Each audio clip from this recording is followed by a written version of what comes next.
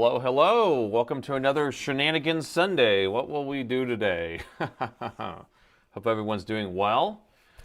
I'm a little exhausted. I'm tired. I didn't get much sleep last night. I went to a friend's birthday party and stayed up pretty late and woke up pretty early. So I don't know how much gas I have in the tank this morning, but we will do whatever we can do. So good morning, good evening, wherever you may be. Good afternoon. I see different times, 3 p.m., 4 p.m. It's 9 a.m. here. What model is my overhead camera? It's a Z30, a Nikon Z30. It's the same as both of these cameras, but they overheat if you're streaming with them. So I don't know if I recommend them. I have to have fans on them, fake batteries, all this stuff.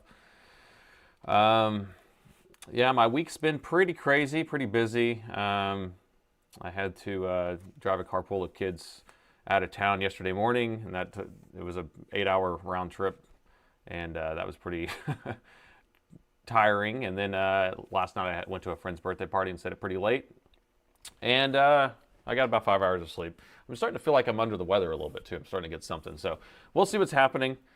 But I got my cappuccino this morning, which I normally don't get a cappuccino. I stopped at a place and got some coffee.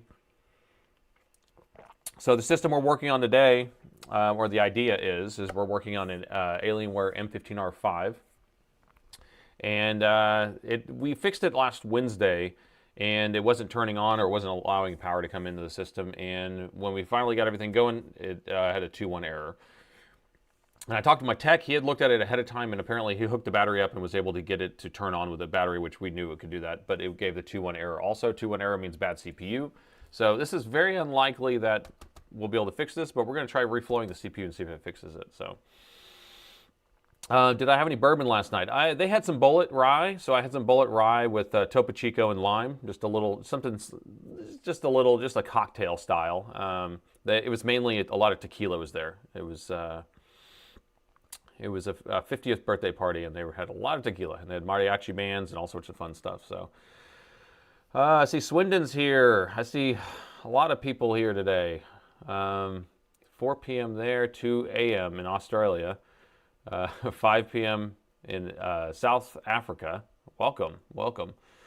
So, I'm not hungover. I had 2 drinks. I mean, I was a designated driver, so I don't really drink much. But it's mainly just sleep deprivation. I didn't get home until 1:30 in the morning, and I woke up at 5:40 this morning. So, it's just, I'm tired. Oh, no, 6:40. So I got 5 hours of sleep, basically. You're concurring from Tennessee. Welcome. I love all the concurrents. Greetings from 45th and Burnett. You're talking about just right down the road then. Wow. Welcome. You should come by and say hi. So we're not really doing a reball on this. It's not in the cards today. So really, the idea is, can you just reflow, meaning just heat it up where the balls will melt, and to fix the CPU. There's people out there saying, oh yeah, I could do it or not. I don't know. This is a 2-1 error, so it could be a bad CPU. Now it's measuring fine, so in ohms, if we measure the ohms, it's not like it's shorted or something. So, wow, Dennis, 25 Canadian donation. Thank you so much. That was very nice of you. So I don't know. Anybody in the chat have anybody in the chat successfully reflowed a CPU and had it fix it? I mean, I don't know. I give it a low likelihood, but I talked to the owner. He's going to be in the chat. What's his name? Chris, I think. Let's see. Yeah, Chris.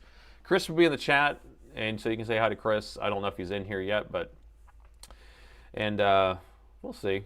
We'll see. 50-50 shot. I don't know if it's that high. Do we have ads already running on Twitch? Okay, well, sorry about that, guys. If you just subscribe with Prime member, use your Prime account, then you can get rid of those ads. I don't know how to turn those off. My microphone volume seems a little low. I haven't adjusted anything. It looks the same on my meter here, so I don't know. I've been having a little bit of issues with my mic. I think I need to buy a new lavalier mic cord because I think it got damaged.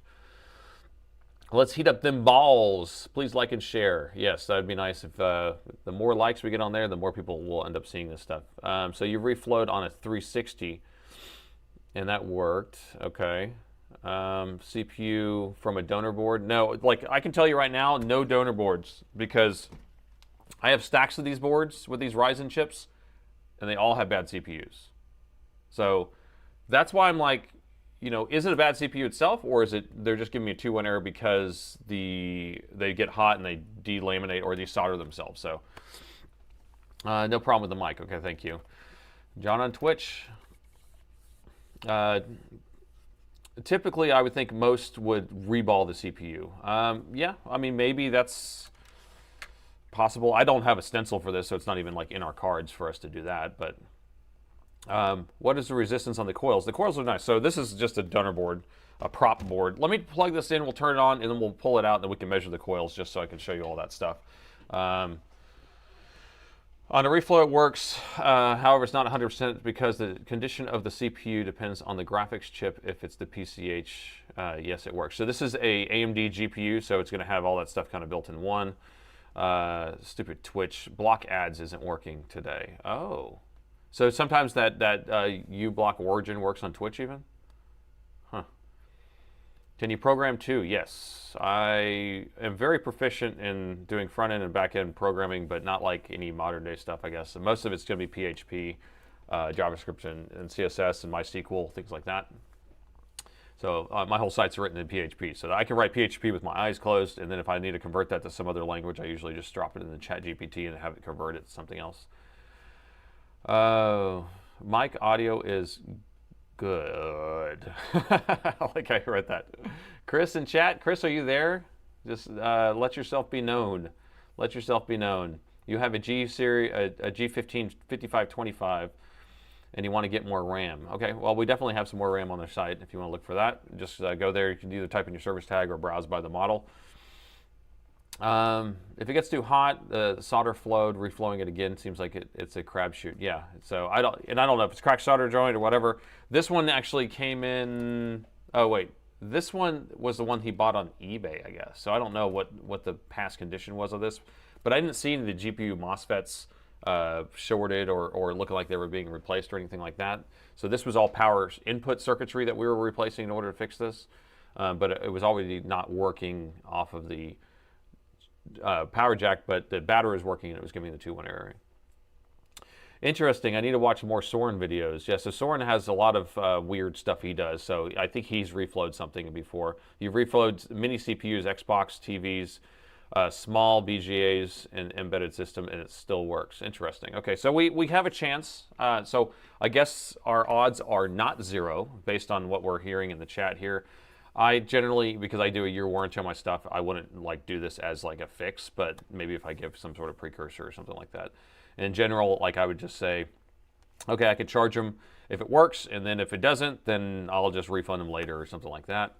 We can do something like that. I don't know. You should practice damaged boards to measure time and temperature. Yeah, and I've done that recently. So since we messed around the last couple weekends, I did throughout the week kind of like, you know, practice bringing things up to temperature and stuff. I think a lot of the issue is that my preheater is not big enough. I mean, if I crank it on full blast, it doesn't do enough. So, ad blocking servers. So Premise is telling you how to block those ads on Twitch. So that will make it a little bit easier.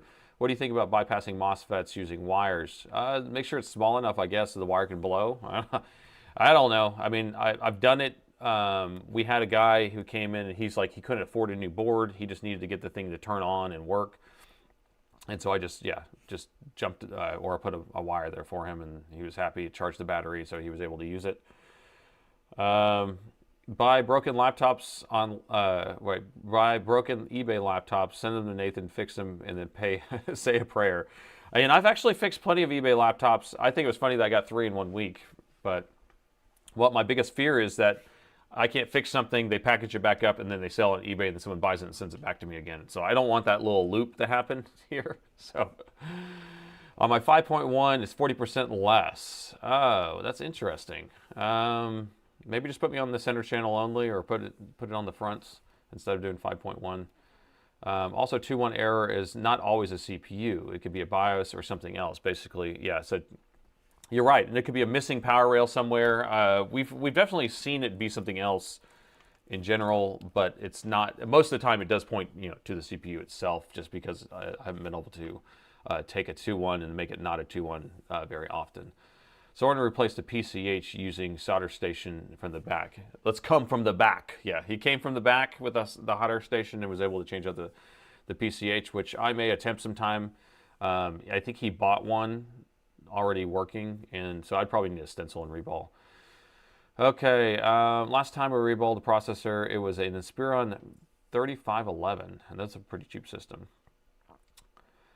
Hello, hello. Okay, let's turn this on. I just want to show you what it's doing. We got our power meter here. Pay attention to the power meter. It will start pulling current right when we plug it in. It should just turn on. What's on my shirt today? My shirt is my list of things.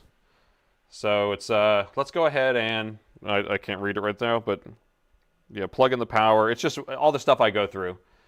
And it's just kind of making a joke on it, is like, let's go ahead and do something really quick, because I always say really quick, and I always say let's go ahead, and people, it either bothers people or whatever, I don't know. It's just something I end up saying.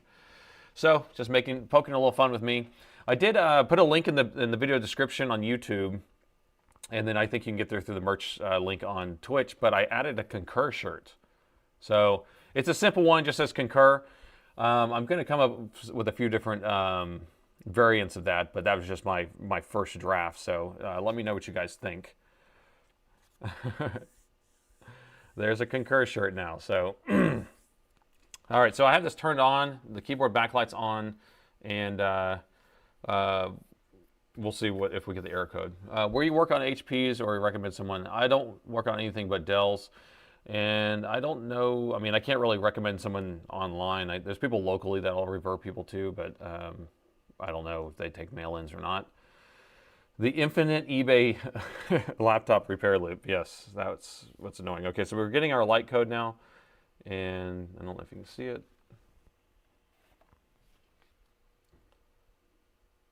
1, okay, so that's the 1 part. 2, yeah, 1, 2, 1. So 2 red, 1 blue. That's CPU failure. And we saw how much current it was actually pulling, right? So it wasn't even pulling like an amp or anything like that.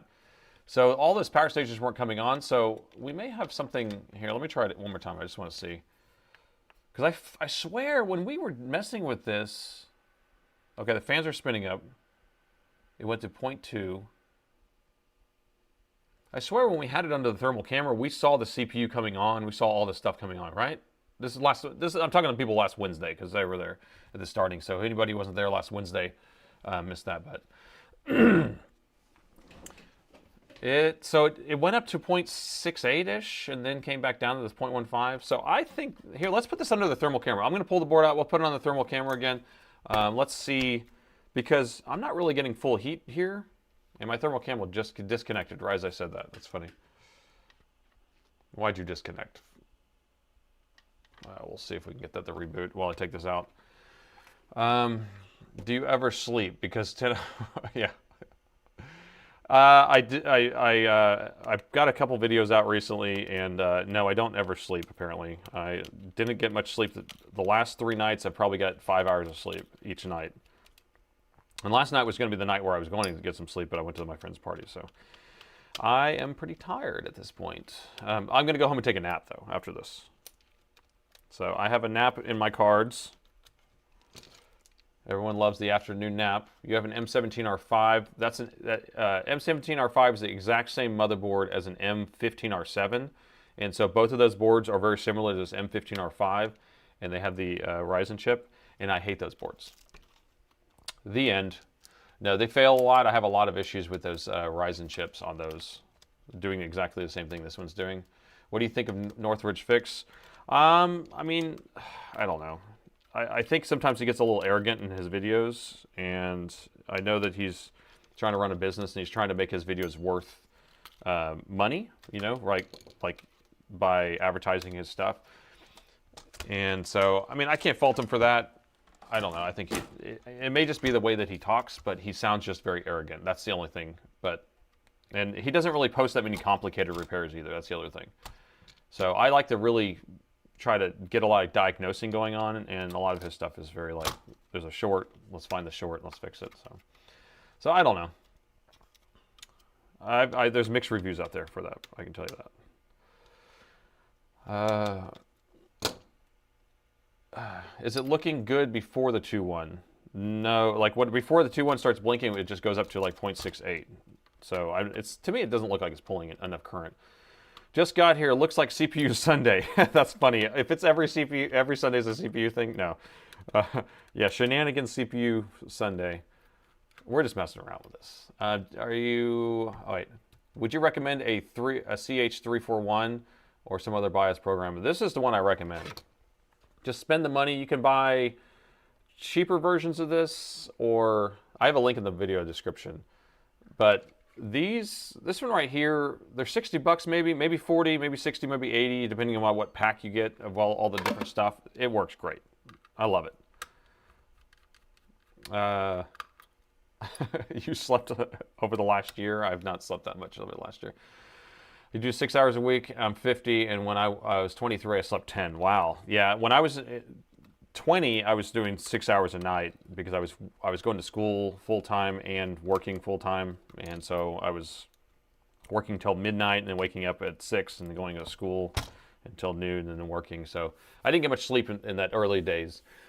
Did you try one of the cigars? No, I have not got to try one of the cigars yet. God, I'm trying to think of like when I would have an opportunity, because I'll do it at night sometimes, and I have a hot tub, so I'll get in the hot tub, pour a bourbon, put on a show, do a cigar, and it's just like a good mix there. Quince, thanks for the Prime sub, but I haven't got to try one of those yet, and I will probably. I could do one tonight probably, but I need to go to sleep. Your Dell Field Service Engineer here. Okay, well, I got to read this message. You're doing an awesome job. Though I admittedly, dispatch would have swapped the motherboard. That's right. That's what field service guys are for. Just swapping. I've gotten tons and tons and tons of field service returns. Just to let you know, that like I'll buy like 10 skids of just field service returns, which is basically where they go out, swap out the part, put the part in the box, and then they get sent back. Well, then Dell sells it off. I buy all that. I mean, 85% is still good. There's no issues with it. So I don't know. Okay. Oh yes, the model number for this reader is a T48, or you can get a T52 or 76, T56 or 76. This is just a T48. It's fine. They're cheap.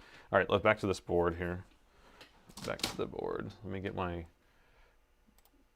darn thermal camera working again. It just kicked itself off. So we are using the old FLIR camera, and what's really funny is that I was trying to use the thermal camera the other day, or this one, and I kind of was missing the other one. And you know why? Because the other one's more sensitive than this one. I realize. I mean, I probably knew that, but this one it makes it very easy to see the outline of the board, but it's not as sensitive. So, and I think Premise told me that, or somebody told me that.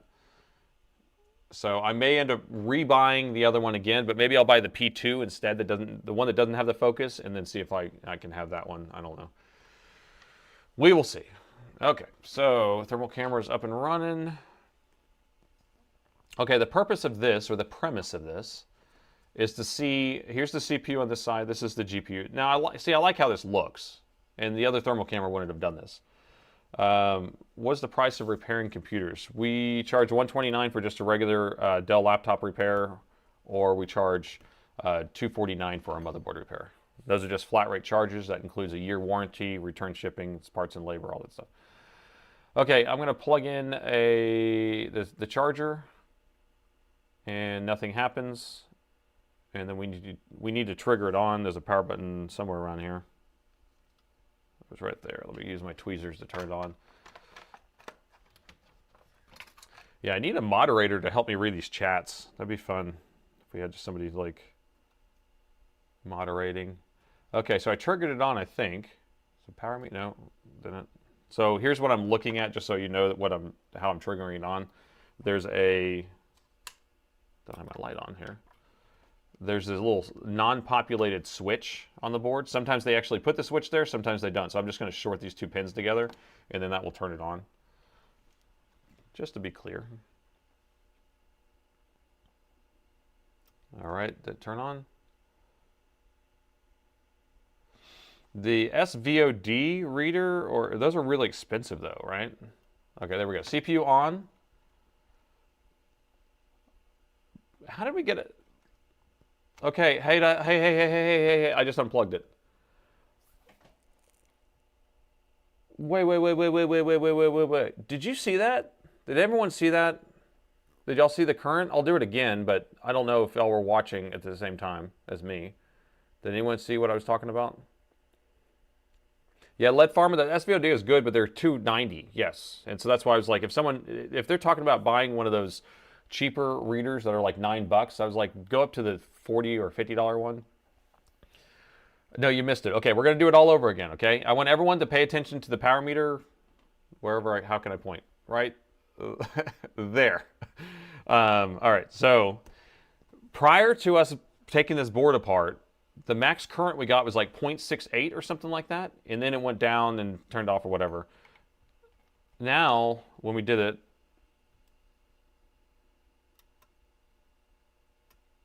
okay, there's 0.5, 0.7, 2 amps. We never got the 2 amps, did we? So we may have a cracked solder joint somewhere, so Reflow may fix this. So I'm just going to set the heatsink back on here as is, just to see if we can, because I don't want to leave it on, obviously, if it's pulling 2 amps. I'm just going to set this back on here and just apply some pressure. Maybe I'll put a screw in here, right in the middle. And we're going to see if we can get the 2 amps to pull again. Because if it's not installed in there, if just so kind of everyone's on the same page, the system did not pull all the max current, or that current that we just saw. Now, the fact that we didn't have a heatsink on there, maybe it will make it pull a little bit more current, but that's way more than it would. And so the idea would be, is there something that's, when I have it screwed in there, that's torquing the board or twisting the board? Do we have a cracked solder joint where it's not getting a full connection in one angle? I've seen that on these boards. I can tell you that right now. Is it also this board? I can't remember. There is one of these that have these little bump outs here that are like little supports, and they'll end up shorting out on the board, but this one isn't the one that has a bunch of them, I don't think. No. And so I end up having to put a bunch of capped on tape on the back of the board. All right, just put a couple screws in here and see if it does it the same thing again. But yeah, we did not see 2 amps before. Okay, I'm not even putting all the screws in.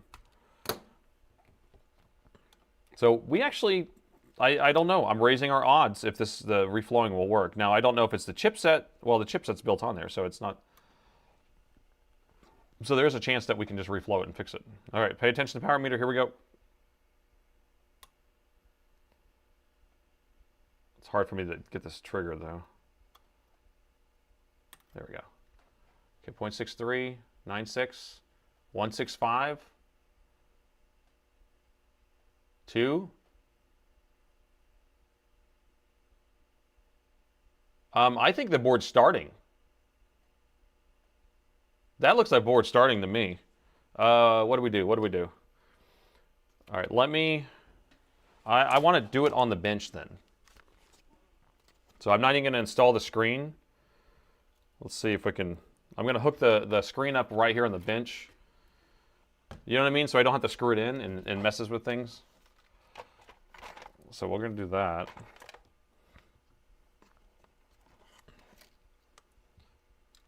Plug in an external display. I mean, I know everyone suggests that, and I can tell you right now that it's hit and miss to ever get an external display out of a laptop. I know you think it's kind of like logical. You're like, I just plug in an external screen, but I can tell you that it's like a 50-50 chance that I'll get an external screen on any laptop. Because sometimes it only works in Windows. So I cannot trust that as being a valid way of testing something. I think the low-end machines are a lot more likely, but if you have the dedicated graphics, a lot of times it doesn't because it's turning on the Intel, and the HDMI is actually ran by the NVIDIA graphics. Okay. So I have that there. I have the screen plugged in. We're just going to do it on the bench like we had before. I don't have our power button light, so we're not going to be able to see the error code, but... Okay. But you can see the screen. All right. Ready?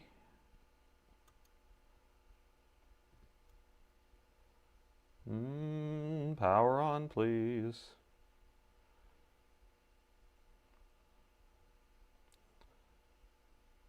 Okay, there we go. I like it. That looks so promising. Dude, if we get a screen here. Boot sequence looks good. Attach the fans. Yeah, I'll worry about that whenever I have to worry about it. What the what? What the what? Boom! I saved another laptop! No, we did not save another laptop because we know that whenever we install it, it's not going to work. But, what the what? Okay, all right, okay. So we need to think about this.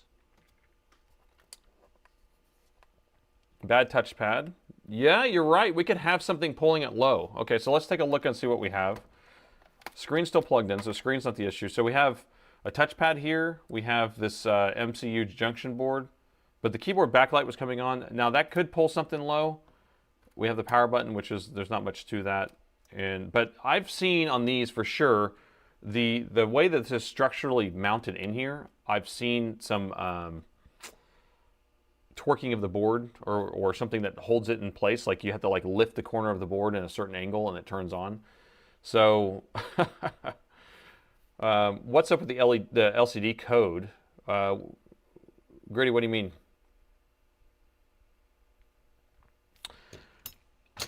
There's no code right now, but you're talking about whenever we had the CPU failure code earlier? Yeah, because this all has to do with like when it's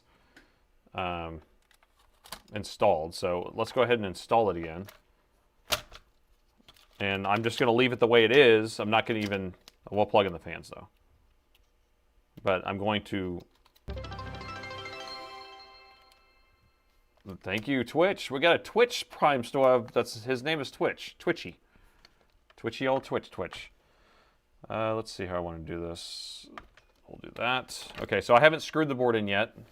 So I'm going to do this in stages, just so we can kind of get on the same board page here. All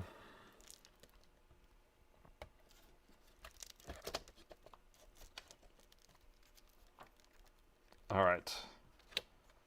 All right, so I'm going to plug it in. I'll do the power button too. So we'll do power button, fans are hooked up, and it's just propped in here. So we're just doing it in stages. Fans are spinning. We have fan spin! Yeah, it was a 2.1 error code originally.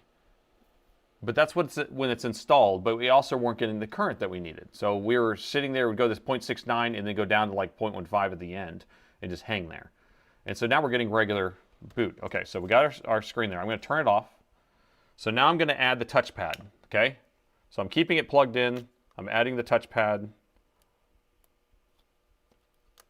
Okay, now we're going to turn it back on.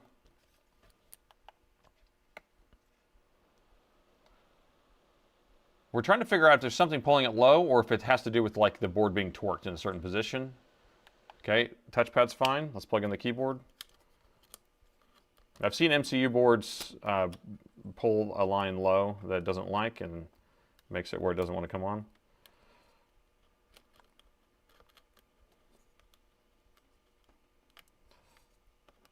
That's crazy. That's crazy.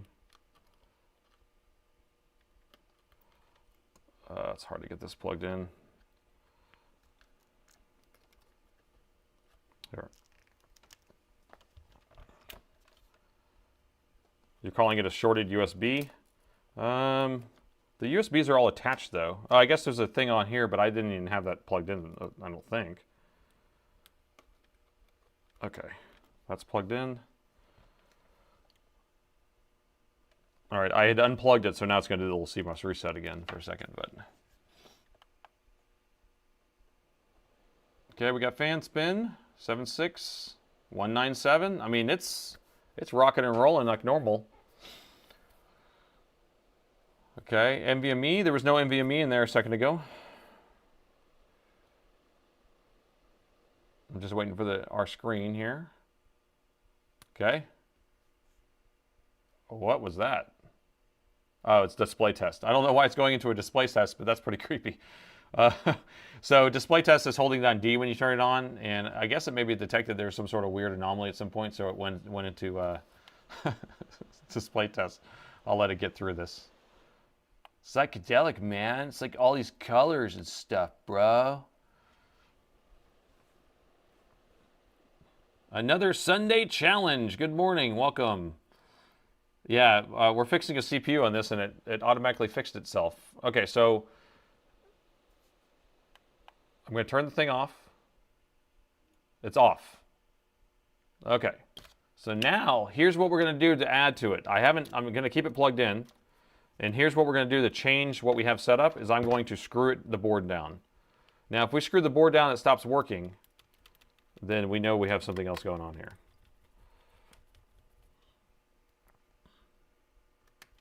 It's because you see how the board, I don't know if you can see this, but the board's kind of floating in here, and it has little kind of angles. And I've seen it where you kind of pick one side of the polymer armrest up, and it will turn, work, and then they hold it down and it doesn't, and things like that on machines. And those I hate. I just hate that issue. But okay, those two screws, that screw. What screw do I want to put in?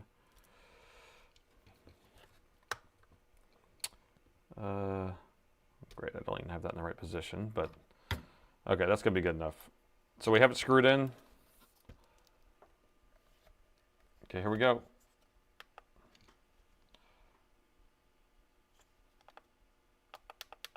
Doesn't do anything now.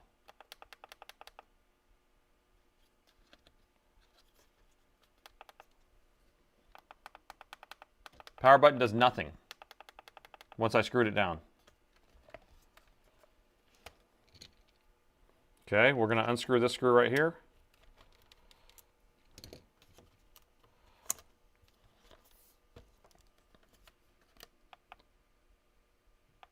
Okay, that screw did nothing. Let's unscrew this screw over here.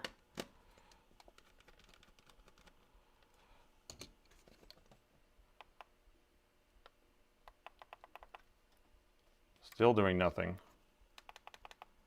Still plugged in. Let me unplug the charger, plug it back in. I don't know.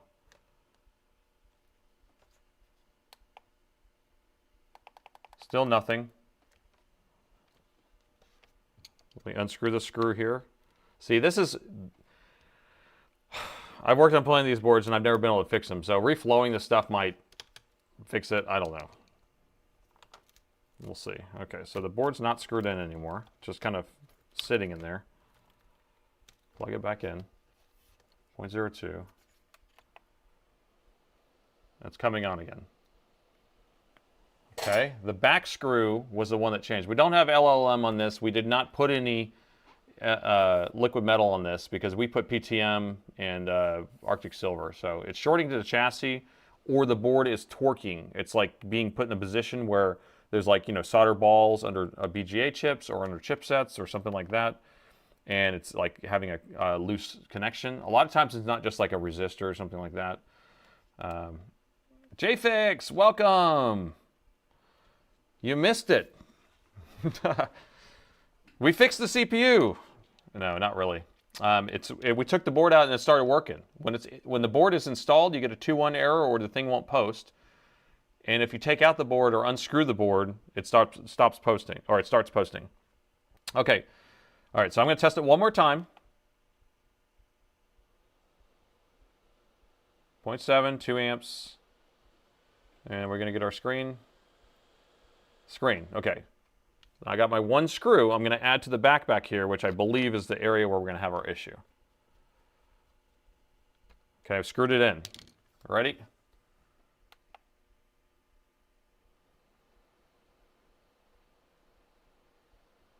Still starting. Great. Okay, now we're going to add our screw up here.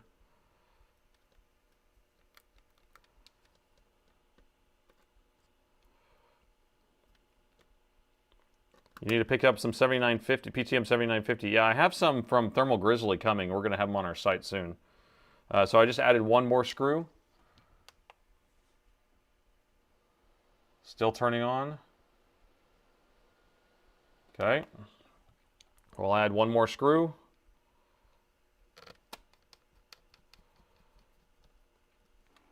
When it stopped working, it went to 0. You're right. Okay. Still working. Oh. Do you see the screen flicker? I bet it's locked up now. Nope, still going. So now, the mouse is still working. I'm going to start torquing the board. See if it locks up. The fans are cranking though. You know, I don't think we put all the screws in there. Okay. I don't know what our next plan should be on this because it's going to be an anomaly. Let's do a visual inspection, I guess. I doubt we're going to see anything. I say we probably need to reflow something.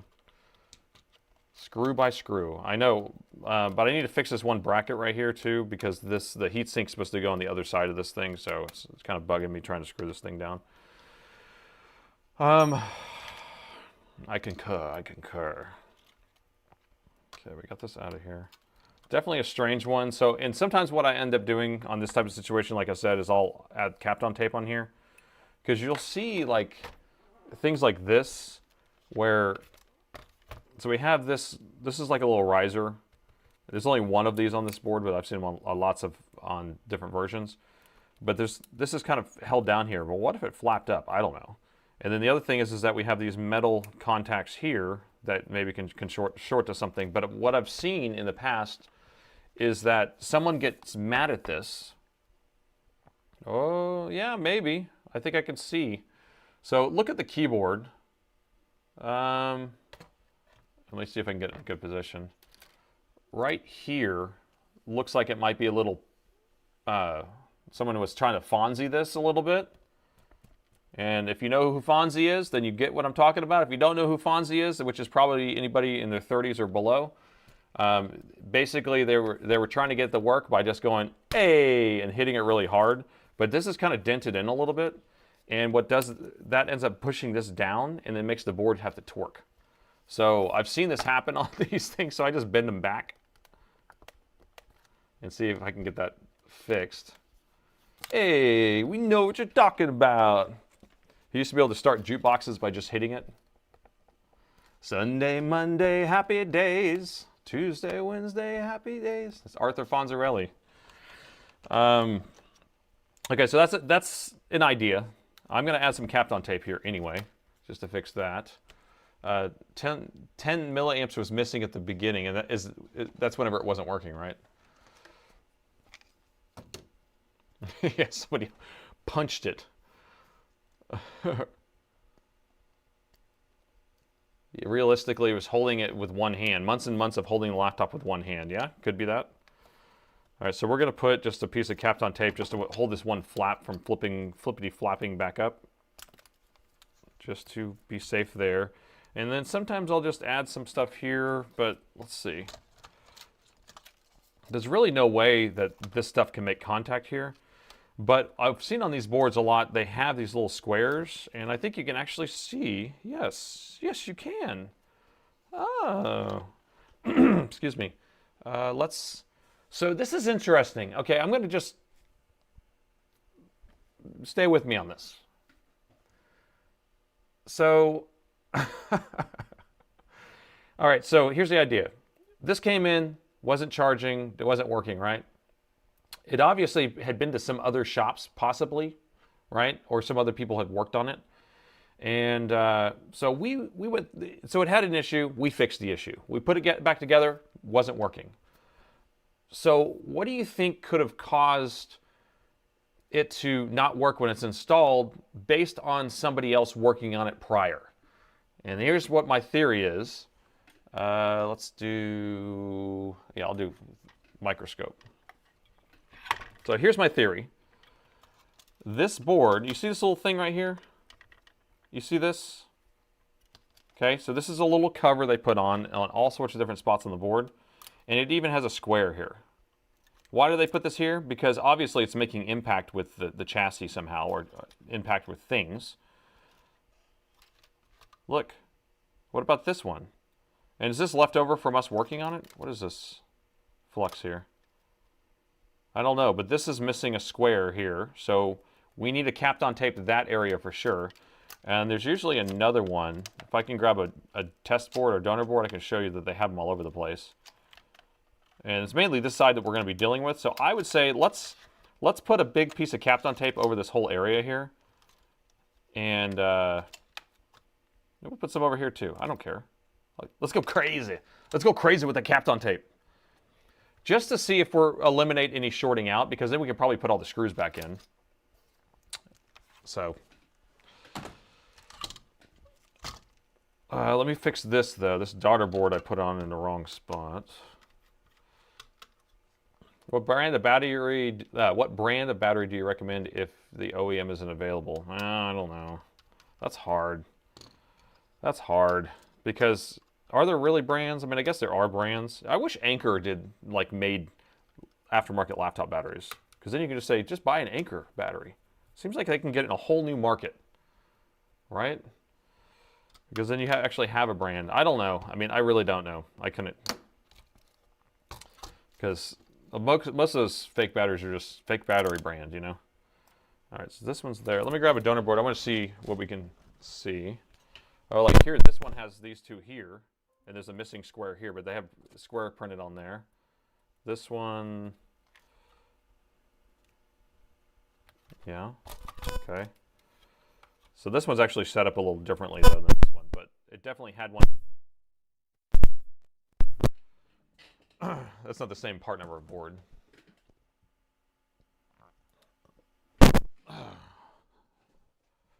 Let's see, what other ones do I have?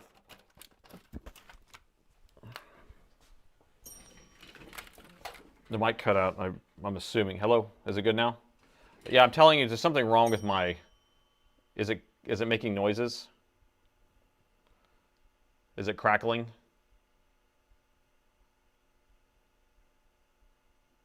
No, my cord I think is messed up.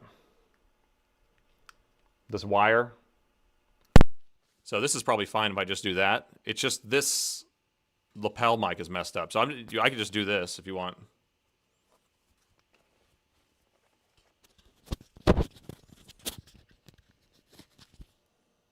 Hello, is that good?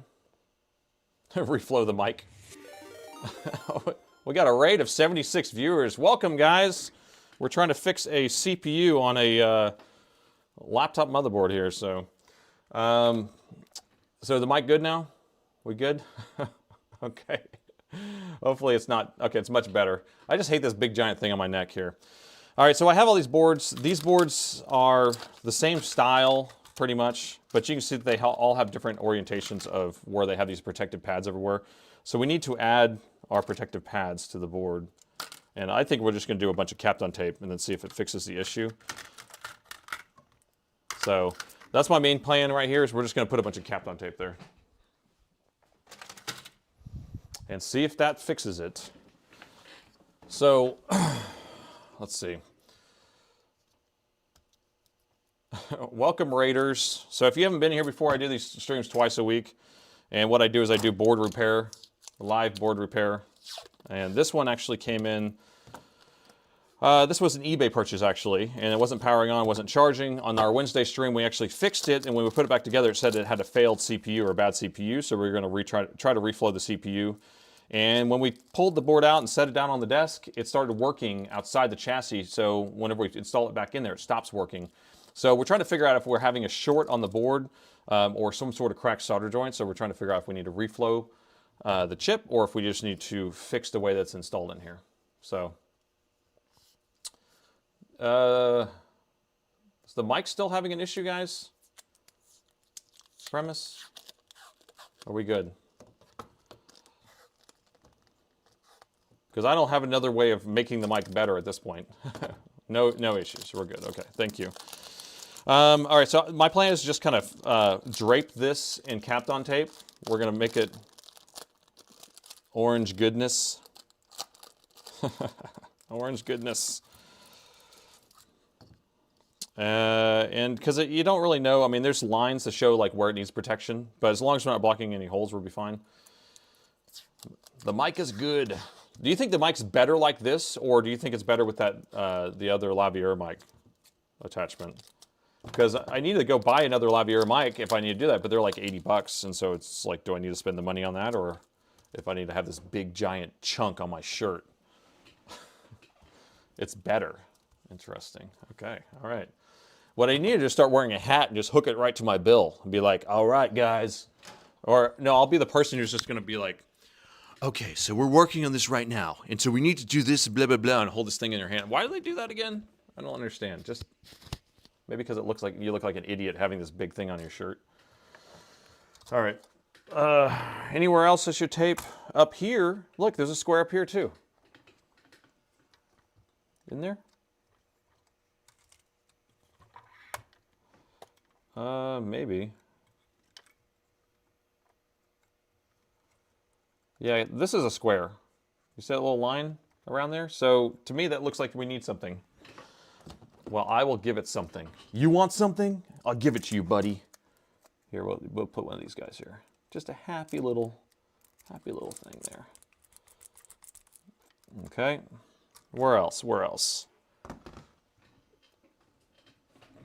The attachment to the mic is warm sounding, more crisp and clear. Mic holder? Yeah, I mean, I could do that, but the thing is, it's like I move around. I like having that universal sound, so if I can have sound all the time. I mean, I already have this issue where I put my hands on my face a lot, and so it starts making different sounds. Echoing differently. Audio is always an issue. It doesn't matter what you're doing, because without it having it professionally, wired under your shirt or something. Okay, I'm happy with this. What about this? Should we do this little area too? This little happy area? There's no lines there, but why not? Why not? We're gonna go all out with this one. Wasn't there copper foil underneath the heatsink? You're right, there was. Should we put it back on? I think we should. I concur. There's that. What else was there? Concurrence is strong with this one. We should do it the correct way. So it was under the GPU, actually. Concurrence is strong with this one. So I'm going to make a shirt that is 2.1 error code, or CPU failure or something like that is concurrence is futile. Something like that. I haven't done a mock-up yet. I just have it in my brain a little bit. But did anyone look at that concur shirt? I have a link in the video description. Just tell me if it's any good, or if you think I should modify. I just tried to make it really simple and clean, but I was gonna say I concur, or do you concur, but I just did concur. More like got milk. The mic concurs. Okay, I'm just taking this off. We're gonna put the new cover back on here. Okay. Brand new cover here. This has been your problem the whole time. There's the little area right there, but we're gonna have the double cover there. No, this couldn't have been my problem the whole time, could it? The CPU's on this side. And this goes in the back, I believe. You could hold the mic on the microscope. Yeah, I could, but the microscope's over here, though. And I also could set a mic up here. I have another mic over here that's my backup mic that I always have recording at the same time. And so I've had this mic mess up or be horrible. Then I just use this backup mic, and it's very far away sounding. And I could just put I think JFix, you have your mic like right here, right? It's like in front of you. And I think Andy does the same thing. And then I've seen Swindon. What do you do on yours? You don't have a clip-on mic, right? You still here? What'd you miss? This was giving a 2-1 error, like the CPU was bad, but when we took it out, the CPU started working magically. And so when we put it back in, the CPU stops working. You have a similar to JFix, okay. Yeah, it's just, I move around a lot. I mean, I don't know if you noticed that. I'm all over the place, man. I'm crazy. Andy has a clip on, okay.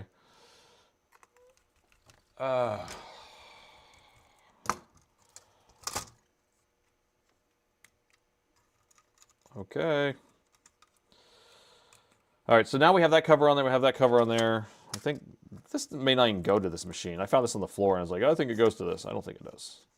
But this goes here. Something like that.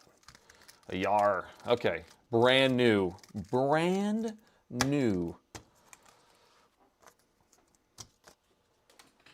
I think it's so funny. Soren did his video again the other day and he's like, you know what we have to do? We have to go to my box of brand new parts. It's brand new. And he got his 9538CH. You know, you can buy a whole ream of those. And they're always brand new if you do the ream.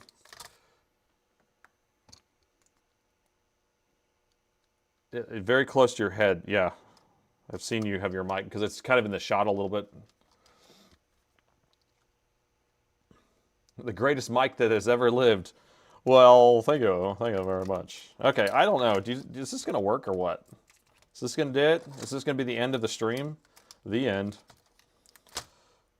The end. And then we can just grab another repair. I'm not gonna do a super long stream today because I'm exhausted, but we can, if this ends up working in all different positions. Chris, did we ever figure out if Chris was in the chat? Did he ever show up? Did he let his presence be known? I was talking to Chris for a while, actually. He does vintage Macintosh rebuilds and repair. Or maybe it's not Macintosh, but the older Macs. He rebuilds them, replaces all the capacitors, and does all that stuff and, as a hobby. And I was like, dude, you should do a YouTube channel. People would love it. The board is looking good now. It's looking legit. It's looking legit.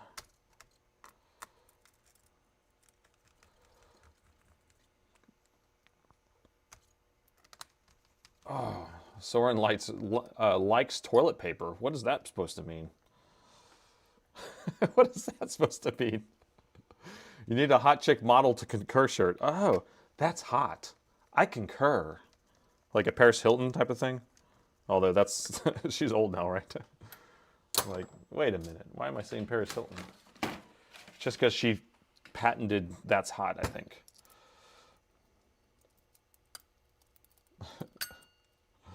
All right, one more screw. We're going to get all these screws in here, and then this thing's going to work. Thing's going to work. It's going to be genius. If this thing works, that'd be good. Chicken dance. Time for a chicken dance. Okay. Get this guy installed again.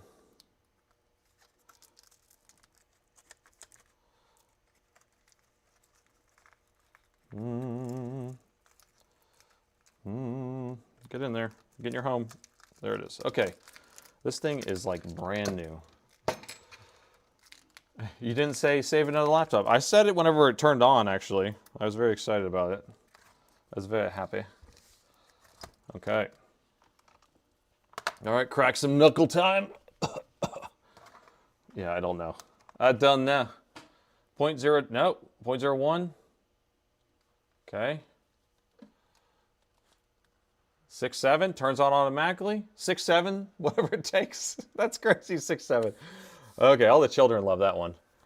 2 amps. It's fixed. It's magic. It's magic. I think we got it. I think we got it. I saved another laptop. There you go. So, I don't know. Let me screw his battery in now. I'm going to just add a few more screws before we can really say it's good, but I think we're pretty happy. Pretty happy. And Chris will be very happy, actually, because he was just like, this is my battery. Oh, he doesn't have a battery, that's right. Yeah, Chris would be pretty happy. Pretty happy. Oh, he already has screws in here.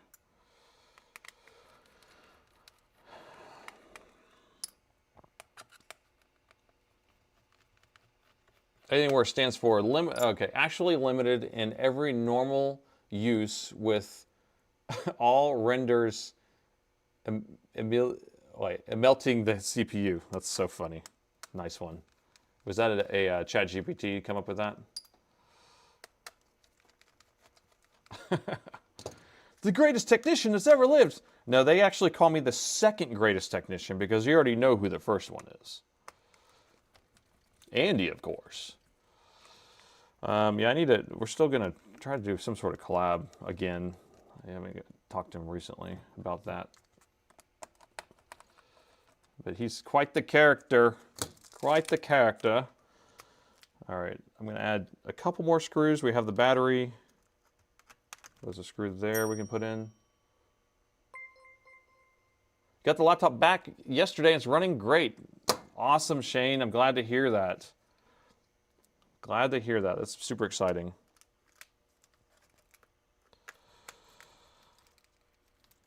That was a fun one. The greatest alien prober that's ever lived. I probe aliens, I tell you. Okay. I'm optimistic now that it was like some sort of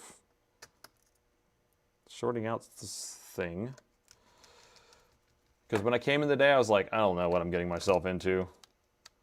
Plus, I was tired. Okay.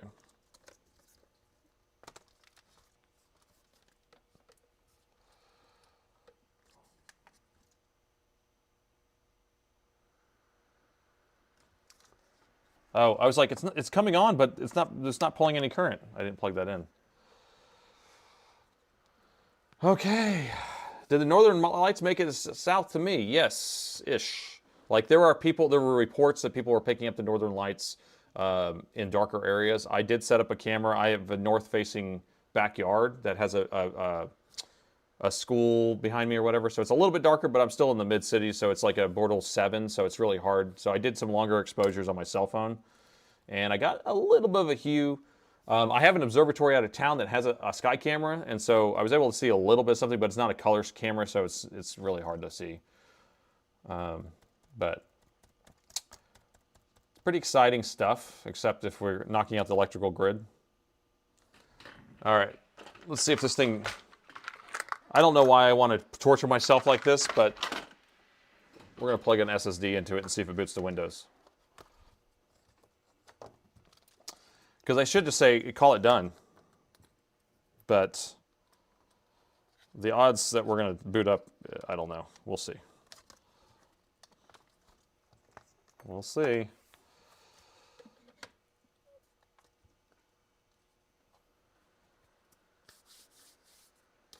Who's Andy? We have Andy is the greatest technician that's ever lived, and we also have Andy who's Swindon. I don't know, do we have any other Andys? Yeah. So I talked about Andy twice, but there's two different Andys, I guess.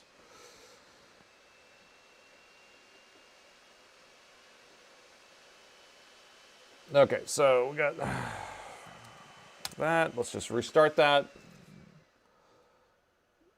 The CPU now works magically. It's magical. We have picture!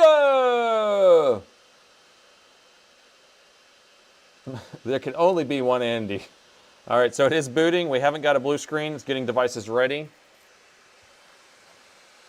The fans are on full blast. I'm going to rethermal paste it again. So we pulled the CPU off, the heatsink off twice after we had rethermal paste. So we know that it's probably not sitting exactly right. So what about the blink code? Blink code's done. This is charging the battery. You would see red, red, red, blue, blue, whatever.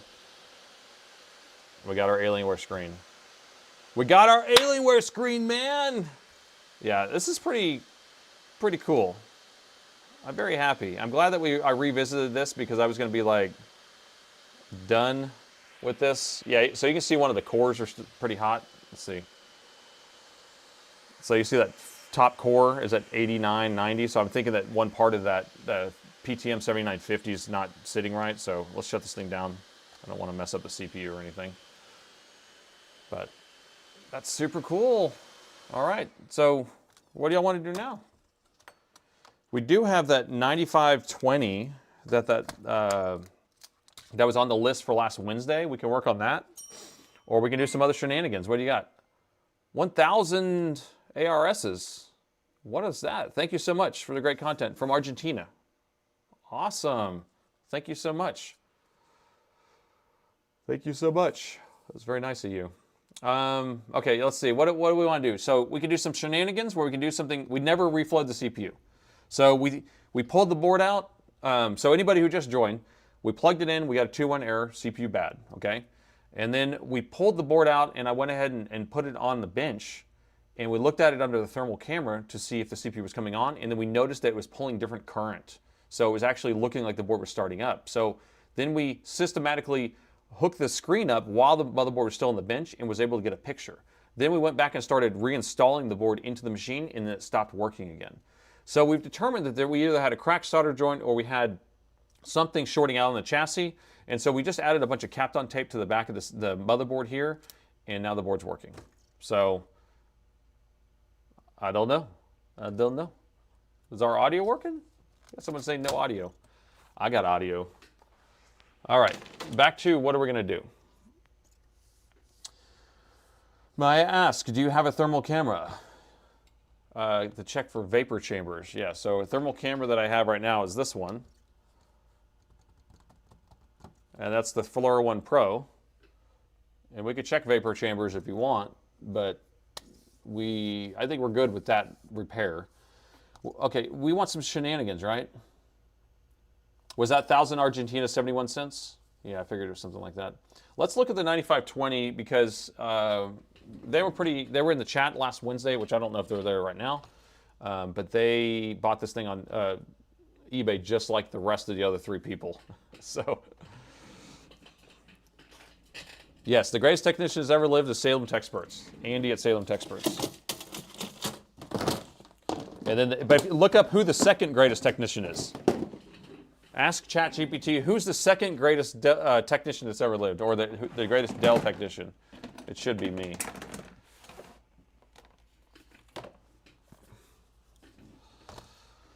All right, what is this one? Let's see, 9520. Bought off lease on eBay, had an admin password. They tried to reflash it, and now it gives an orange light of death. Okay. All right, new day and another laptop that needs to be saved. And this time we have a Dell XPS 9520. This was an interesting one. The customer bought this off of eBay as an off-lease machine, and it had an admin password in the BIOS. They tried to reflash the BIOS and ended up bricking the machine in the process. So now it's just giving an orange light of death in the front. So I haven't taken a look at this yet. Let's take a look together and see if we can get this figured out. And this is actually a Latitude 9520, not an XPS. So I don't know if I've worked on one of these. Huh. I don't work on that many Latitudes because they're usually don't break ever. So Latitude 9520, BIOS issues.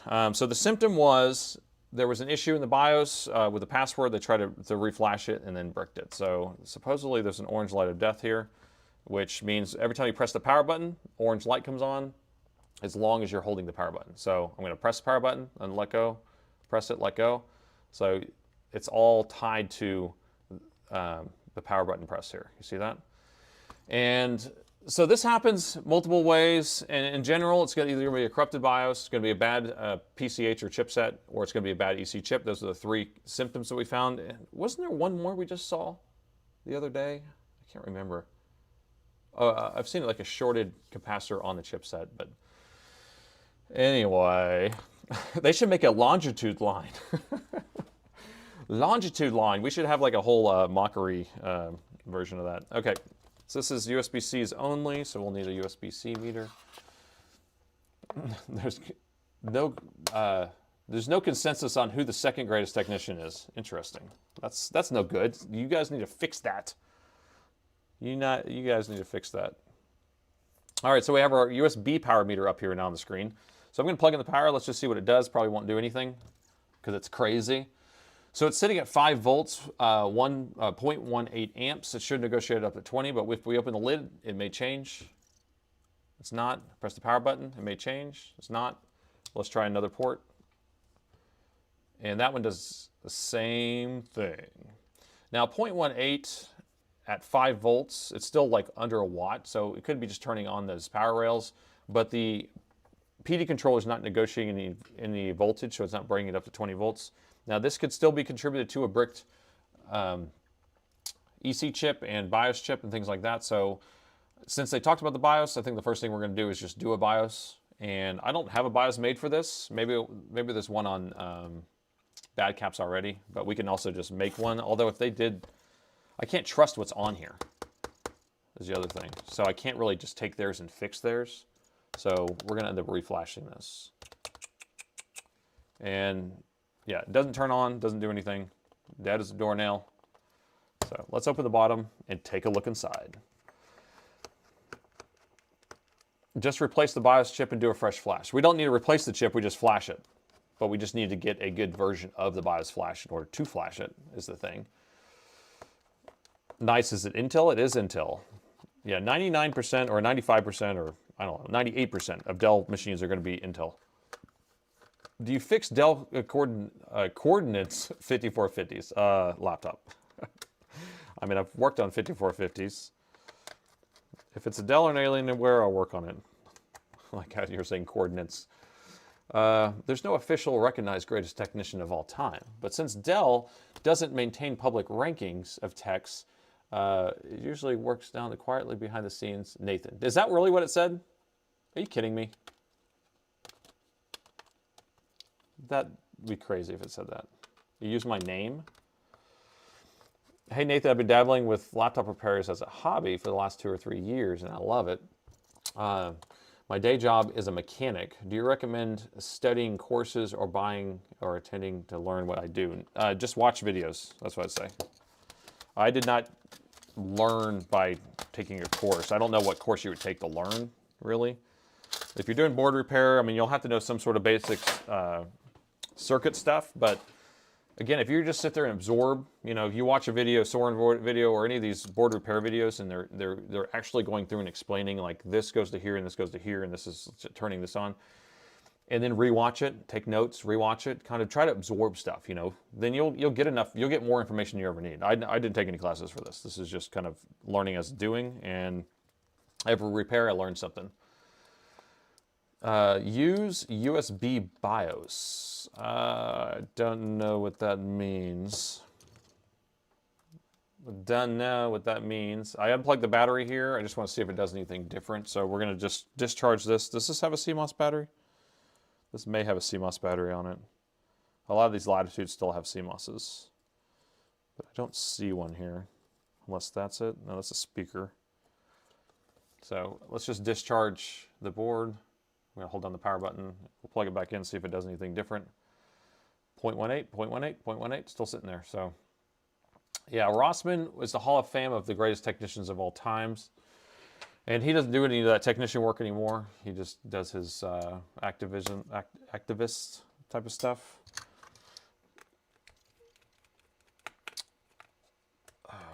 Is it true that AMD and NVIDIA will go together? Like you're talking about merge as a company or a brand? I don't know. Are they going to merge with OpenAI and then become the world's most expensive company that makes the most useless stuff? AI, I'm burned out on AI, so that's why I'm like, it's like everything is, it's like they're regurgitating so much trash out there. Everything's just, they're creating trash from trash, and yeah, I think it's just frustrating that everyone's trying to integrate it in there. Use Dell BIOS or USB BIOS recovery. You can't turn the thing on, so BIOS recovery doesn't work. So Dell's BIOS recovery will work pretty much if you get a Dell screen, it kind of hangs there. If you're not getting a screen, it doesn't work, and if the machine doesn't turn on, it doesn't work. So there's nothing you can do about that. I don't even know if I was gonna pull this board out thinking I need to take it out, but maybe the BIOS is sitting over here anyway. Let me see if I have one of these boards right here. If I have a board, then we can look at it first. What does it look like? I feel like I have one of those boards here.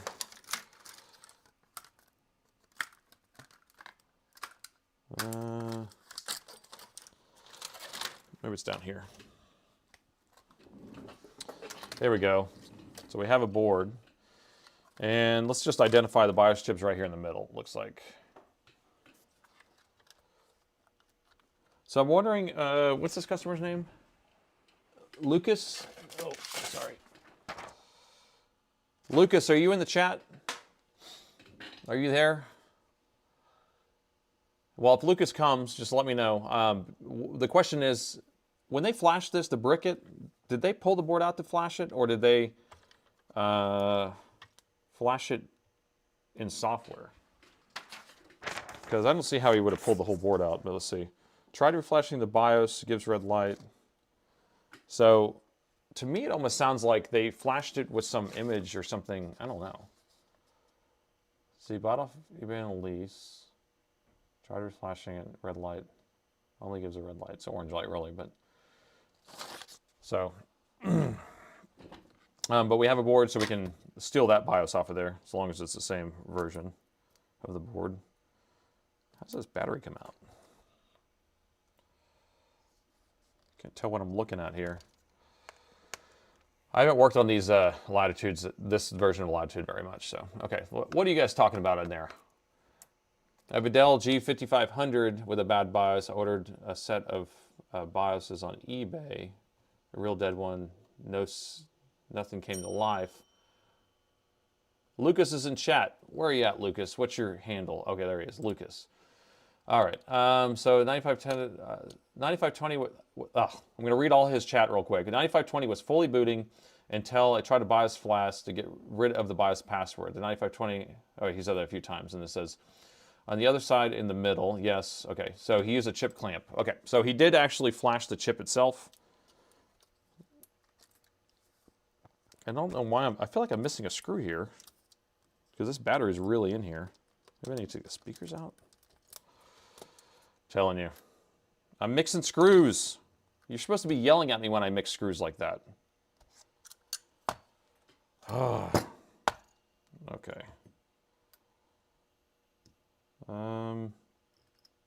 Should be these screws right here. There we go.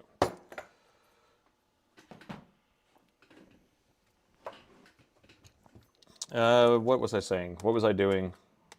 I have no idea. I have no idea. The chip clip failed. Okay, or they used chip clip. They used clips and failed. Okay. Yeah. So where'd you get the BIOS from? You said you got it from Bad Caps, maybe? Is that right? Is it one of those that somebody else made? We're gonna make a new one off of this. We're gonna take this BIOS and we'll make one. Brand new.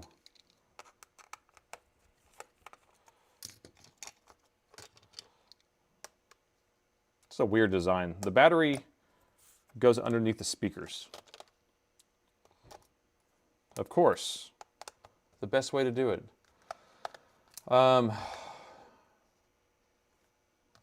Does anyone have a good program to get an old Dell Inspiron to boot quickly instead of taking 10 or 15 minutes to respond? Do you have a mechanical hard drive in it? SSD? I mean, hard drive? You need to upgrade to an SSD is what you need to do. Yeah, these screws, I'm going everywhere with these screws. Okay, this is a cool battery. This is a cool battery.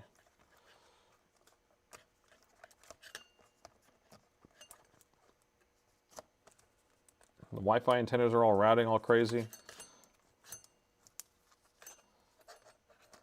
Get a load of this battery. So we have the battery here, which is a regular, and then it has the extended cells here to make it where it has the higher capacity.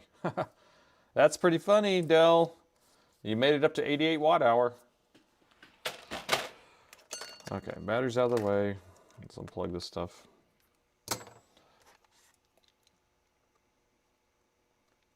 You screwed the screws. Okay, so these screws are baby screws. So now I'm like mentally kind of, a lot of people ask how do I keep track of screws. So those screws are all these screws right here. They all actually use the number 1 screwdriver. These are all switching to a number 0, and they're gonna be different ones. And I could sort them in my bowl, But a lot of times I just kind of take a mental note, like these are all the same, and then if I run into a screw that's a different screw, then I just take a mental note, this screw is different in this area or in this hole, and that's how I keep track of that stuff.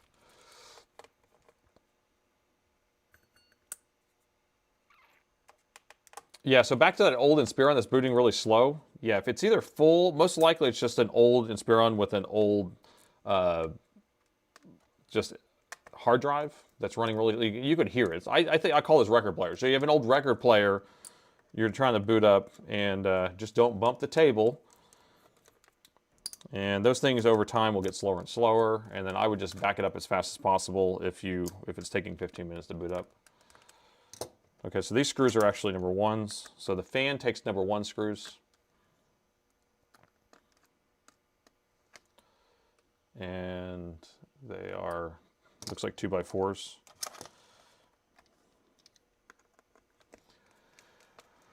Oh, I'm trying to do better on reading chats, people. I know. I'm horrible at it. Horrible. It's hard work, I tell you. Hard work.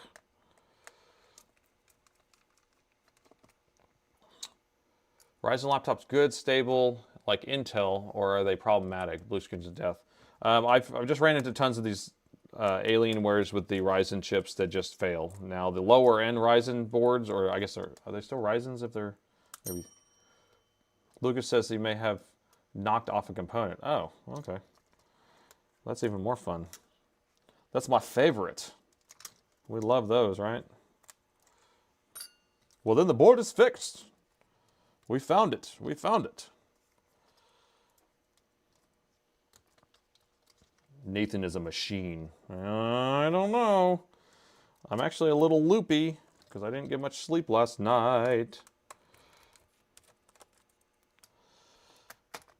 Okay. So this board is coming out, and we have something attached to the back. Ah, the greatest design that's ever lived. So they have a ribbon cable that connects to the back of the board right here. And I guess you could just unplug it from right here, and that keeps it stable and good. The greatest design that's ever lived. All right, Wi-Fi antennas. And the question is, can I put this back together? We'll be fine. We'll be fine. My screwdriver. Okay. You're late to the party. Well, we already fixed one computer. The one that's in the title of the YouTube video.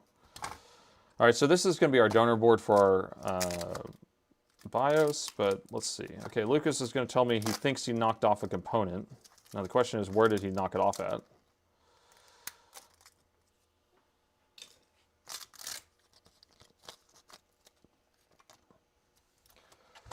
Where do we think it was, huh?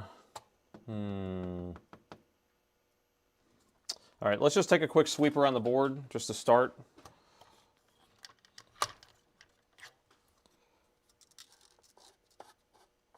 All right, so here's our power management chip. Looks like 9538CH. That's usually what that is. Sometimes there's multiples of those on here, but here's our BIOS chip. So this is what we're going to be programming. And that's our EC. This is what a lot of times will have a red light of death or orange light of death.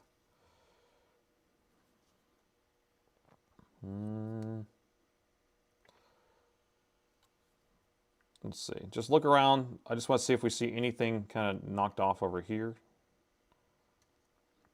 It's probably going to be on the edge of the board because that's where we have most things knocked off when that stuff happens.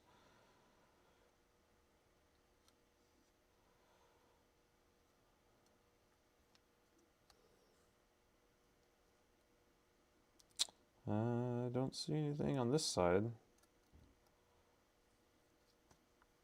That's where the I/O board plugs in. Next to pin 2 on the BIOS chip. Okay. 1, 2. Ah, there's a resistor right there. Yes, and that will cause the issue.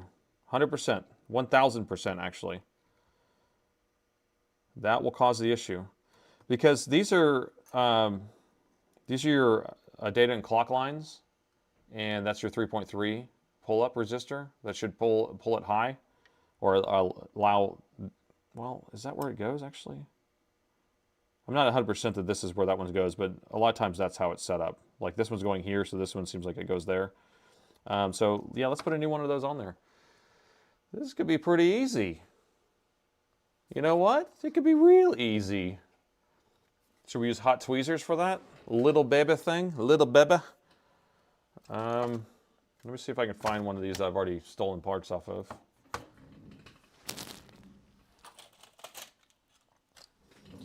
Because I got a stack of these boards. Pick one, which one you want, which one you want. All right, this one has my famous markings on the CPU, which means I stole parts off of it already. And so we're not even gonna redo the BIOS. We're just gonna turn it on. We're gonna raw dog it, man. We're just gonna change out that part and assume that you did it correctly. Oh, wait a minute, this isn't even the same board. This ain't enough. This ain't enough. Look at that, different board. Look the same. Look the same. I don't even know what the resistor value is. I mean, if someone can tell me what the resistor value is, and then I can just do it. I guess I can measure it on this one. These are all this other one. What's this one? Nope.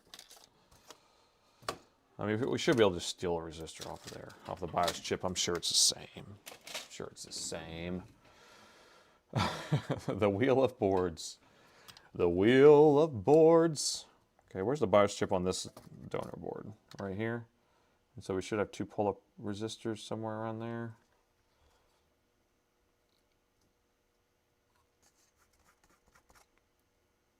Just want to see. I can't tell. Ah, that's a little bit better. Okay, this one's going to that point. This one's going through the board.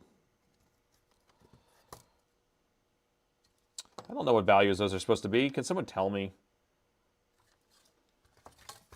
Or we can just steal the one off of this and see if it fixes it, and then measure it when we take it off. So this is what we need. We need this one right here, this resistor, but I don't know what value it is.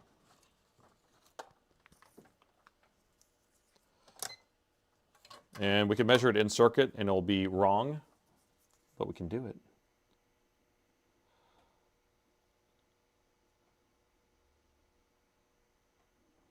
$16 ohm? That's a weird value. Do they make 16 ohm? Usually it's like 22 ohm. It'd be 2.2 ohm. Do you have the schematics for this board? I mean, I might. I don't know, there's a K441P. K441P. Can someone just look it up for me and just tell me what the value is supposed to be? Or I could try to find, I mean, I can look to see if I have schematics. I might. I don't, like I said, I don't work on a lot of Latitudes because they never break. So, you know, that's a good thing, right? And this one wouldn't have been broken except Lucas broke it. 441P. Yeah, I don't have it. Let's see if Let's Repair has it. Let us repair.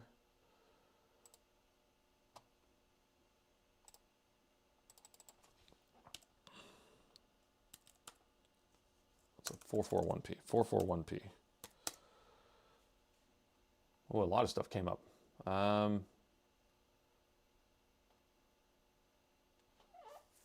think we have it here. Let's see. 54. Hold on, let me just do the whole thing in here. Sorry. You can't see what I'm doing, but I can see what I'm doing. And they don't have it. Okay. So he doesn't have it either. We'll just pull the resistor off, we'll measure it, and then we'll know what it's going to be, and then we can put it back. Raw dog confirmed. You can't do a bell message. If you want to do a bell message, you have to do like a super chat. But you can raw dog confirm it with a super chat of $1. Okay, yeah, let's pull this guy off. I'm going to use hot tweezers. Just because it's a baby. Such a baby. Oh, and I can try these guys out. Let's see. So these are little tweezer clamp things that measure components, and it hooks into the meter. So we can actually measure without having issues measuring. Try this guy out. I've never used it before.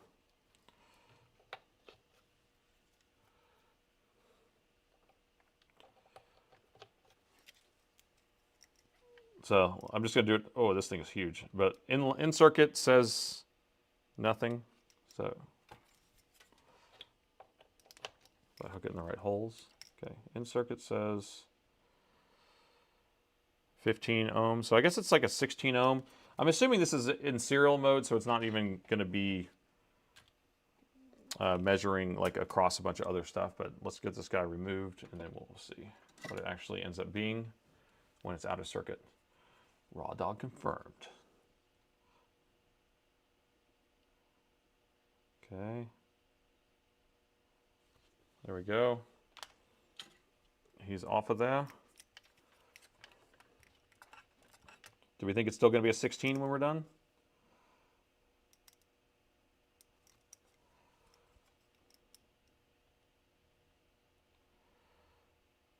$15? 15 is, I didn't know they even made 15s. It's a weird value. 16 ohm was way too low. No, I mean, it should be like a wire. A lot of times it's like a 2 ohm, 0 ohm, 2 ohm, something like that. There you go. Whoa, $5. Well, Raw Dog has been confirmed. Oh my gosh, you're so funny. But yeah, it has to be. We got another Raw Dog confirmed.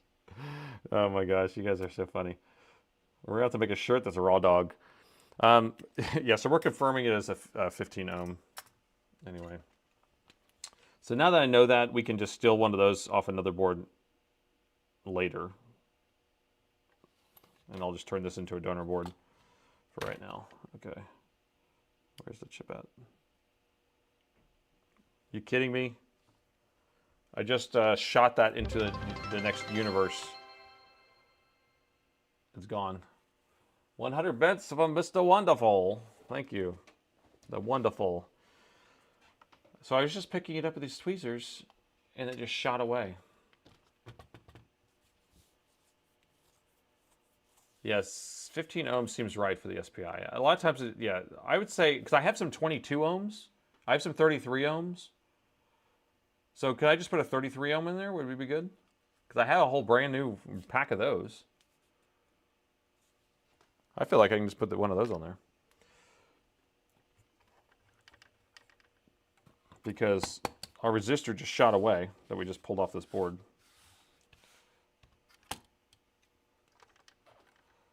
I need some concurrence on this question.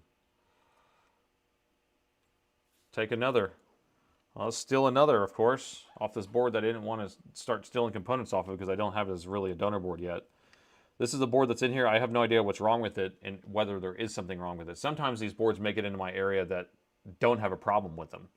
So, yeah, I could parallel two 33s. Ooh-wee. Let's do that. That's going to be even more legit. Or maybe I bought some other values. Let's see. I got 2 ohm, 10, 0, 2, 0, 1K. Now I got some 33s. Where are my 33s at? Where are the 33s at, yo? These are my 33s. But my 33s are probably too big. Because I think that was a 0201.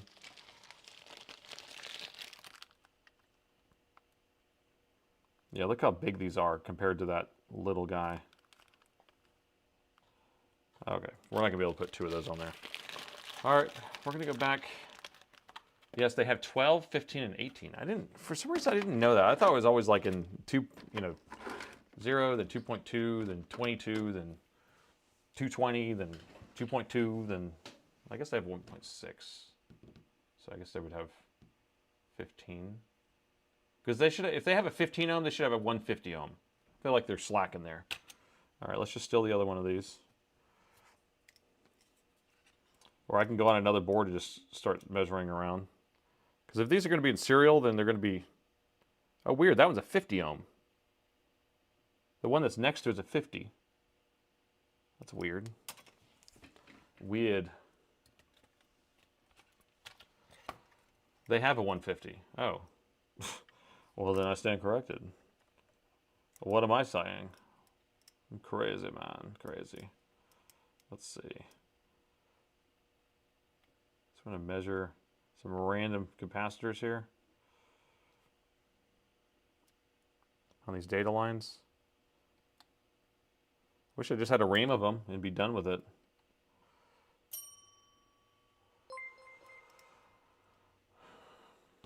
Reference dock for WinBond chip and it will tell you. So that means I could just reference the dock and it will just be like, yeah, just use within this range probably. That's a good idea. Which WinBond chip are we working on? Because it probably doesn't care. 25R, 256JV.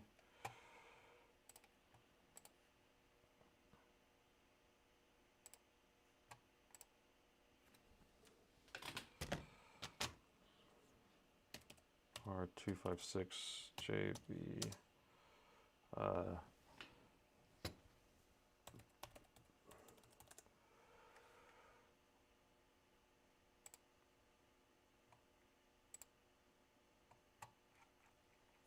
Let's see what we got.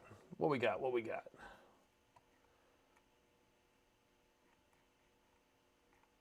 There's too many pins.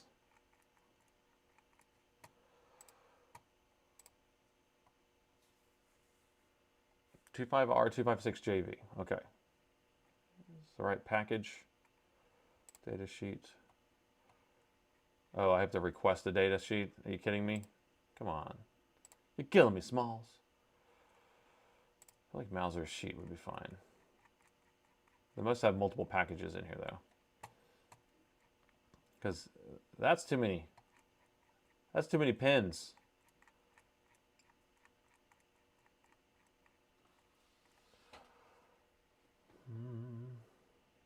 This is a lot of pages for data sheet here.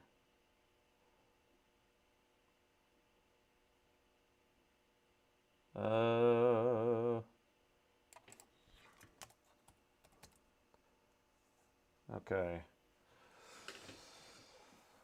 $100,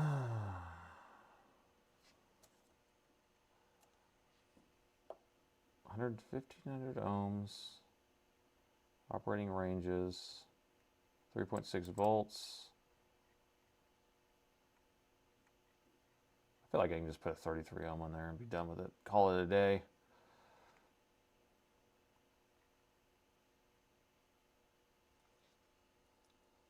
I can't see the chat, by the way. Makes it kind of hard.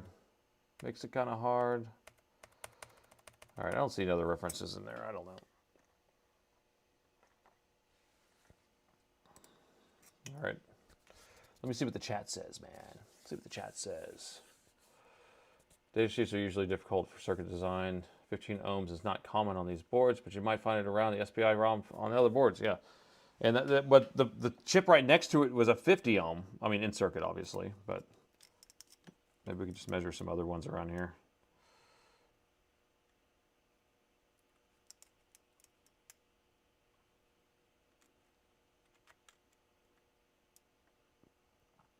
$71.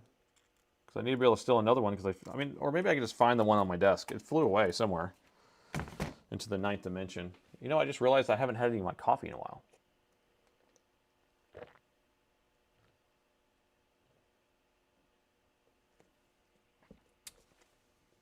It's before the big package. I skipped it.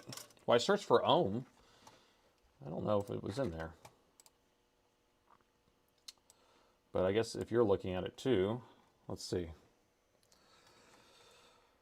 All right, so that's the table of contents.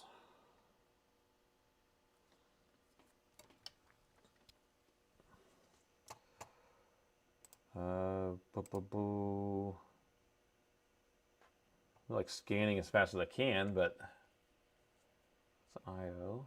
There's the small package. Yeah, there's a cute little small package right there. There you are. So 2 and 3 is going to be the IO 1 and 0, and that's what we're looking for.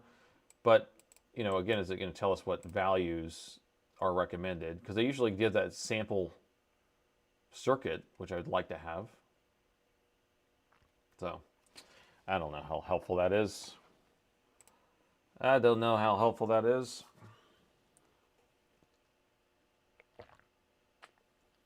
Yeah, look for a typical schematic.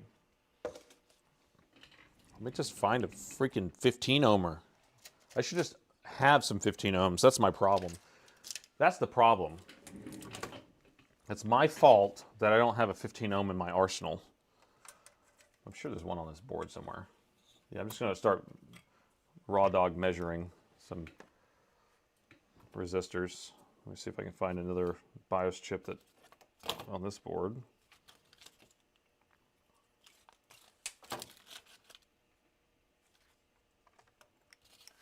Where art thou, BIOS chips? Where are you? There's one. What we got here? What we got here?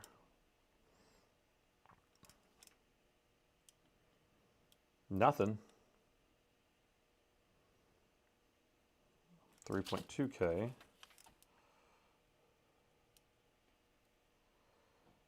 3.2K.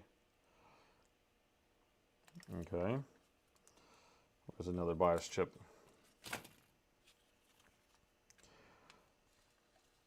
This is taking way too long just to put a resistor on here, guys. Could have been done 5 minutes ago, 10 minutes ago. We could have been booting this thing up. Let me see if I can find another one on here that is the same value.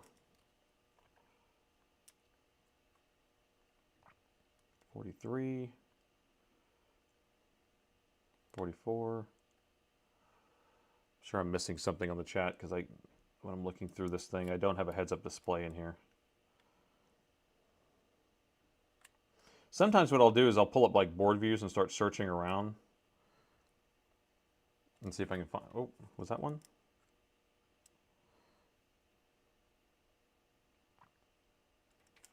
Looked like it went to it for a second. There's one. We found one. All right, so I'm going to steal that one, and I'm going to steal it with hot air this time because I don't want to have to use my hot tweezers and make it shoot somewhere. Just raw dog the 15 ohm. You guys are loving this raw dog thing. I'm going to raw dog it all the way. All the way. All right, so this is the customer's board, right? Make sure I'm going the right direction. I'm not. This is our donor board. Which one's which? Okay, this is customer board. And we measured that one, and so now we need donor board, and so we're going to steal that one right there. I'm going to grab it like so. Okay. We're going in, and I'm going to use air this time. The meter's not working. Of course it's not working. You guys couldn't see anything I was doing? Freaking kidding me, man. Freaking kidding me. There we go. You're welcome. And thank you.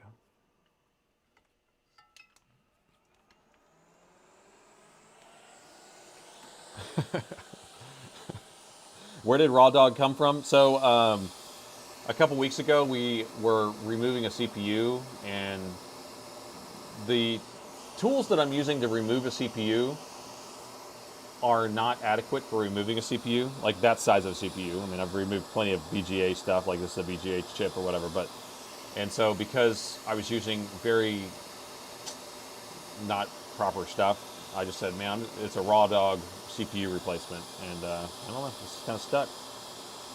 So, and it's fun. All right, of course this is not the right orientation for me, so I gotta rotate this without shooting this somewhere.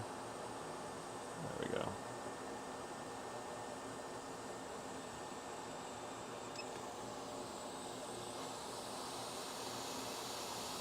Let's see if I can just tack this in place. Tack, nope, did not tack. Did not get it hot enough.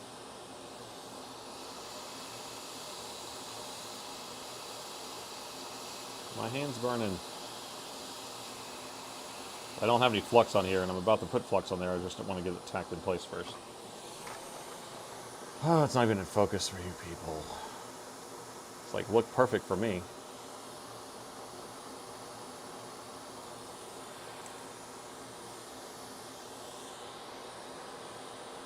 Here, we're going to zoom in so you actually can see what I'm doing. There we go.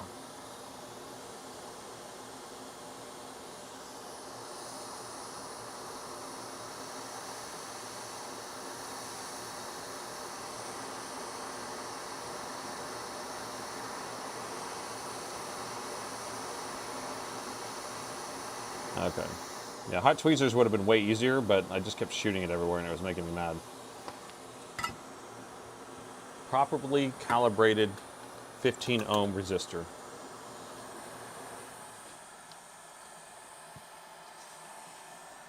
Yeah, that little guy, 0102s are very hard to see, so it was very hard to notice it in the first place. So I'm glad that it was pointed out. Don't lose it this time. Okay, first stream. Hey, welcome. I love when people show up as a first stream. And then they come for every single one after that. Okay. Because no one rewatches these things. Or at least rarely. I get very little rewatches. And so it's not like it's a video that can keep living. Okay, so symptom was, when we plugged it in, we get that orange light of death. I don't have it installed on the machine yet, but what we're going to do is just plug it in. We should start pulling some current because this thing should turn on automatically. And so that's assuming it's going to work. Power meter, check. 3, 2, 1. Should go to 20. It's not going to 20. Why isn't it going to 20?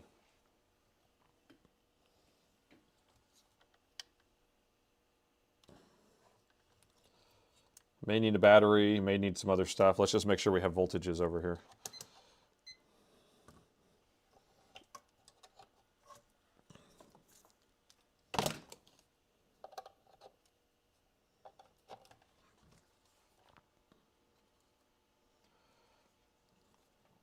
You always watch the upload? Oh, if you miss it, you always watch the upload. Well, thank you. I need those views on that for sure. Okay, so we are getting 3.2 on the BIOS chip itself, so that's good. We could also see if we're getting any data and clocks stuff going on. So we have our 3.2 there now, and we have our 3.2 there. I'm assuming, let's plug it in, let's put the machine kind of partially back together. We may actually need the rest of it in there in order for it to work. So. Bro, 4070 is really old in 2025. Is that what you really just said? Bro. No, if a 1070 is really old in 2025.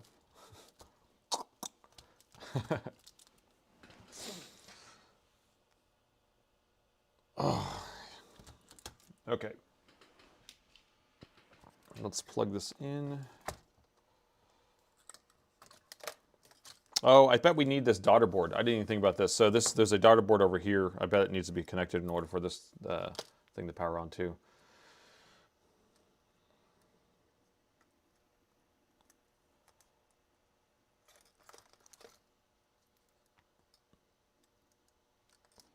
Cannot see this. How about a 980? Now that's old. I don't know what you can do with a 980 at this point. Okay. Are you freaking kidding me? You know what? I broke this. Look at this.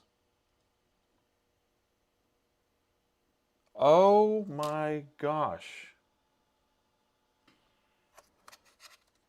You know, because whenever I was pulling, I had this ribbon cable still on here. I had to have broken this. That's the only thing that makes sense, because this thing, like the latch is gone and this whole thing is ripped up. But when I had this thing on here and I was pulling this off, this started lifting up. So then I pushed it back down and I tried to pull it out, but I couldn't see that look at this. Can you tell that I broke this thing? Lucas, I broke your board.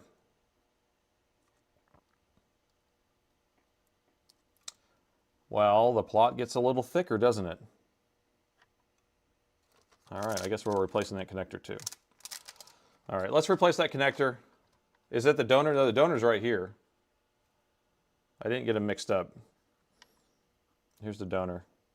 There's that component we stole and the component we stole. And his still has a fan attached because I didn't take the fan off. So, no, I totally broke his connector, I'm assuming.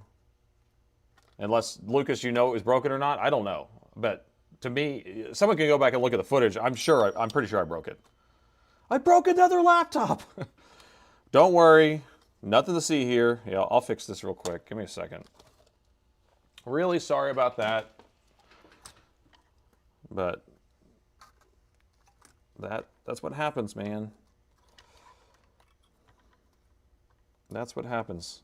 That's super embarrassing. But things happen, right? Okay. All right, let's pull this guy off of here.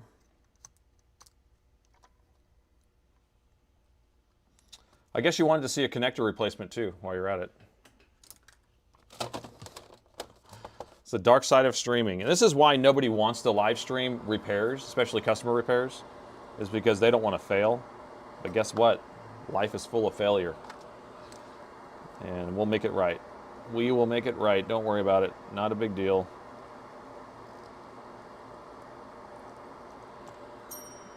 Gorilla Glue duct tape.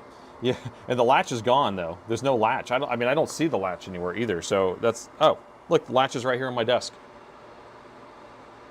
So that goes right there.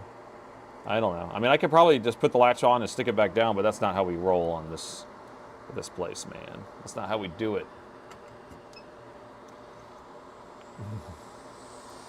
All right, so we're gonna take this guy off of here. So, and this is actually, when I take this off, I literally raw dog this thing off of here too. There's a lot of raw dogging going on here. So here's how we do it. I got high heat, and I don't care about melting the connector because I'm just gonna pull it off. So look at this. It's going crazy. Look at that, raw dog. Raw dog the connector right off of there.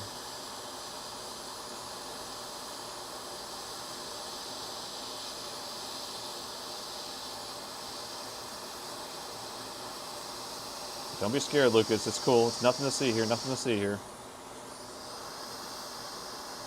That's how I take those connectors off, by the way. Wasn't that the craziest thing you'd ever seen? But it's just too much work trying to not do that. Because you can sit there and put low melt solder on there and work your way around it and do all that stuff. But let's see if I can get this reflection taken care of here. Is that better? I literally raw dogged it. Literally, man. Yeah, so even I can fail like that. Even I could break things. I think I just posted the video too where the customer broke the latch. I don't know if you saw that short. And so they bought a motherboard for me, and then they sent it back because it didn't work. And they sent in their whole machine too. Oh, I was like, why is this not working? Because I still have it on hot tweezers. So did y'all see that short? And so the motherboard, they received it. They said it didn't work. They sent their whole machine back with their old motherboard and the new motherboard. And they were like, just, get one of these things working. So either fix their old board or figure out what's going on with the new board. And then I spent a long time, and I realized that the keyboard connector was busted and all the pins were mangled in it. And then I go and look at their old motherboard, and their keyboard's connector's busted also. So that leads me to believe that they broke it on both boards. But so even I'm capable of busting things like that, right? I'm not immune. I'm not immune. All right, so we're going to remove all the solder off of here. We don't need any solder on there.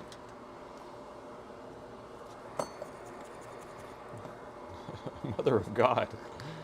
Did it look at this. This is what it looks like after you remove it like that. It's like totally mangled. So what we need to do when we're replacing connectors like this, you need to take off all the solder down to the pads here. So you have nothing on here.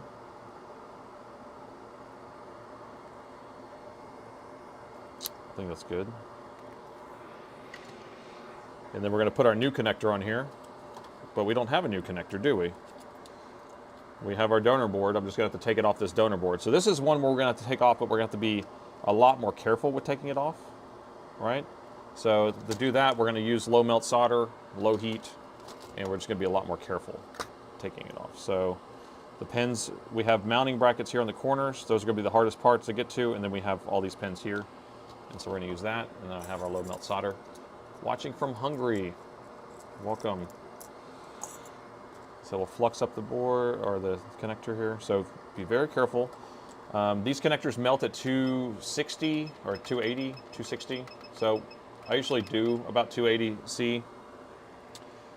We don't actually need too much heat, maybe 270 even. And we just don't want to melt the connector itself when we're taking this off of here.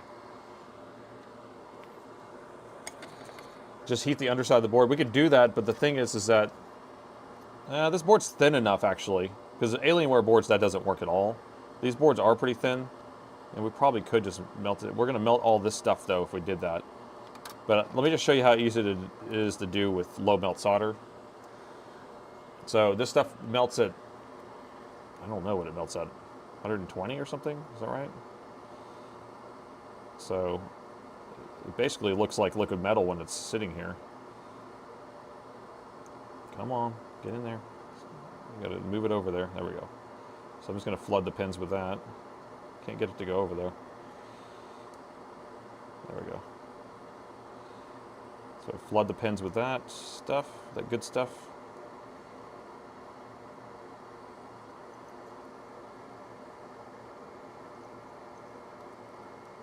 Oh my gosh, why are you not moving? There we go.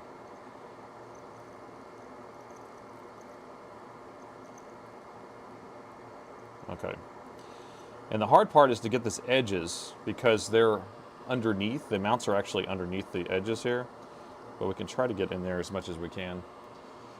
Do you heat the board from underneath? I could do a little bit of heat from underneath, but again, I don't want to melt all the other stuff. So I know that you could just raw dog heat underneath, but this works just the same.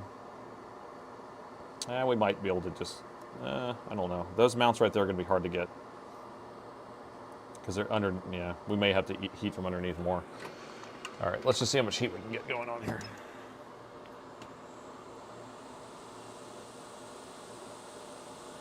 Just pull back the video, wait.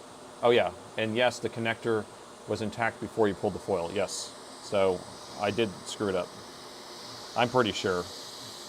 But I do remember it kind of being hard to get the cable undone. I was like, what's going on here? But it's hard for me to see a lot of the times when I'm looking like that close. My eyes aren't as good as they used to be. So I just need to try to get this edge lifted up.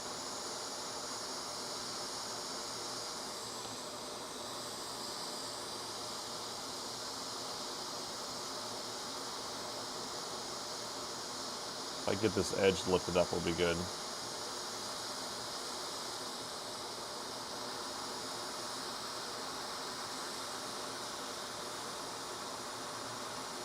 I'm going to put some of this is somewhat more of that low melt.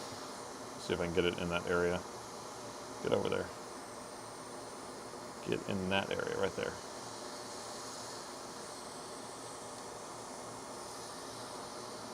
It's just hard to get it underneath, the problem.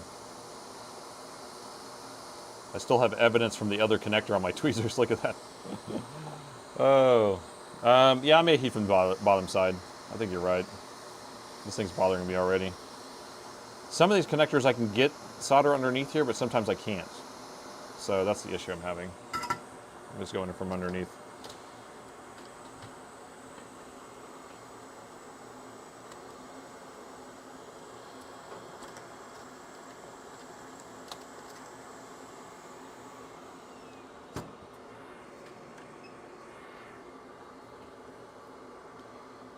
All right, so I'm doing 400C now from underneath.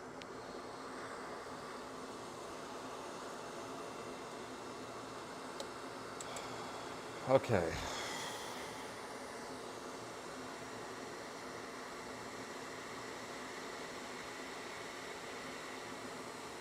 Raw dog happens.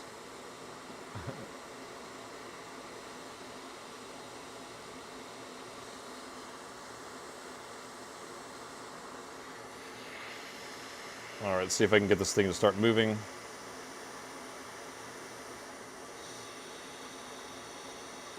I hate heating from underneath because you're really just heating the board a lot.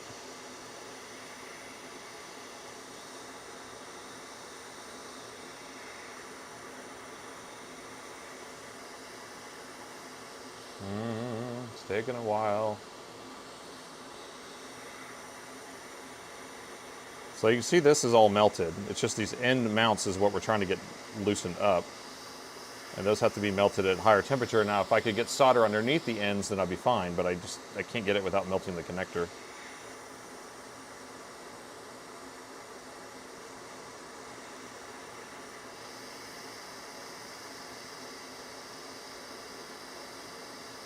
I might have some of these latches too. I should have just checked to see if I had some of these. Oh, okay. This is taking a while. Let's go up a little bit more in temperature.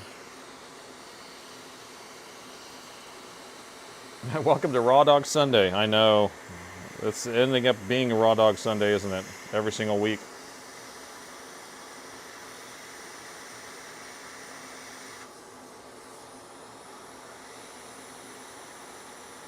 Okay.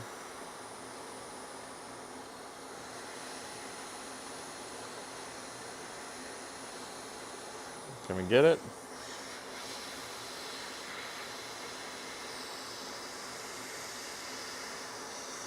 Almost. I got one side. Move a little bit.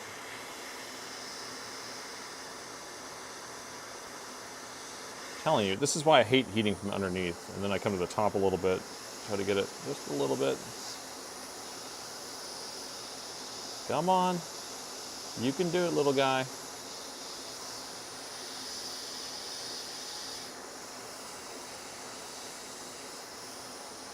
Oh, I hate it. Let's see if that will help. That side's fine. It's just this side.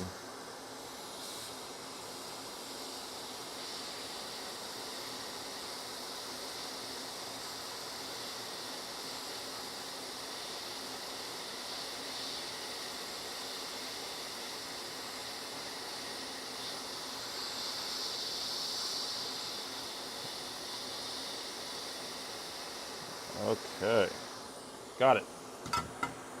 Oh, it's hot in here now. It's hot in here. Do you have any affiliate links or tools or hardware for your repairs? Yes, I do have links in my YouTube video description. I don't know if I put any on the Twitch.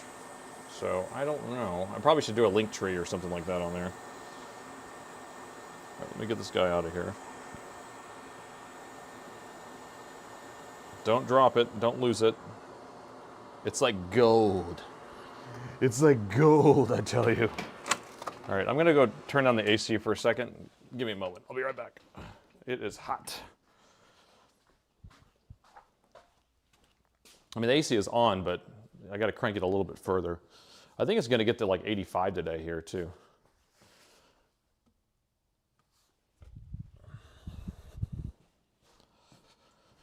And then when I have that 450 degrees C just like blowing on me, woo-wee, I'm telling you. Get some water from my Alien cup here, thanks to Montgomery. Yeah, there's always heat in the winter. Never gets that cold. Sweating like R. Kelly at a Sweet 16 party. That is so bad. That is so bad. Okay. This guy needs a nap. I will take a nap like immediately. When we're done with this, I'm driving straight home and getting in bed. It'll be the best nap of my life. Because I am delirious. I'm ripping connectors off boards. I'm crazy. I'm wild and crazy. Ripping connectors off boards. Okay. Look at all that. That's weird. You can't see that, but I can see it. It's weird. The polarization's making it look all crazy. See, that's what it looks like, but under polarization, look at that. It's weird, huh? It's weird. It's the flux. It's reacting with the Copper, I guess? I don't know.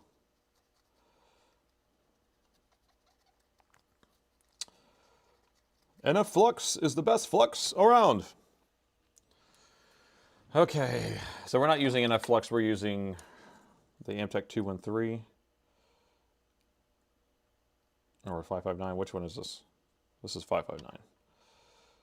And so I'm just going to flux these areas. We're going to stick the connector in place, but I need to get off all this low melt solder because you don't want to leave that on there.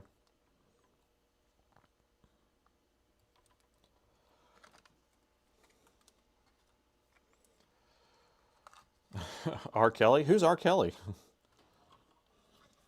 Yeah, R. Kelly had been known for doing some really sketchy things.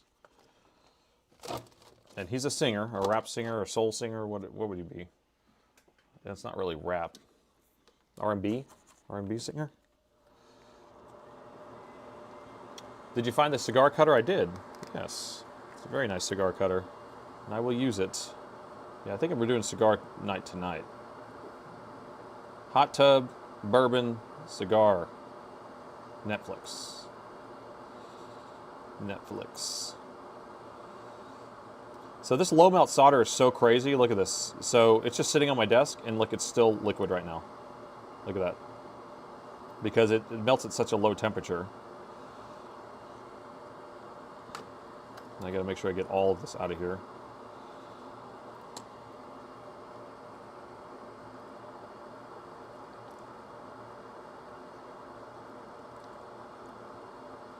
But I don't want to melt the connector itself.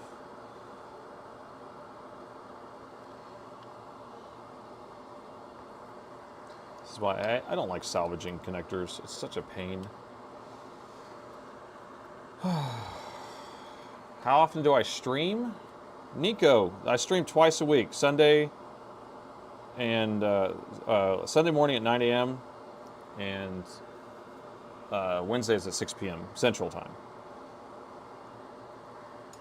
Let me clean this off and see what's in that, if I have anything still stuck in the cracks here.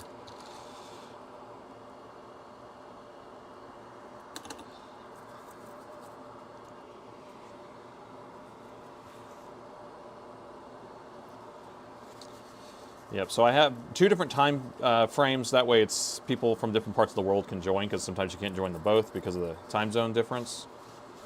And then it allows me to never have a day off. Hooray!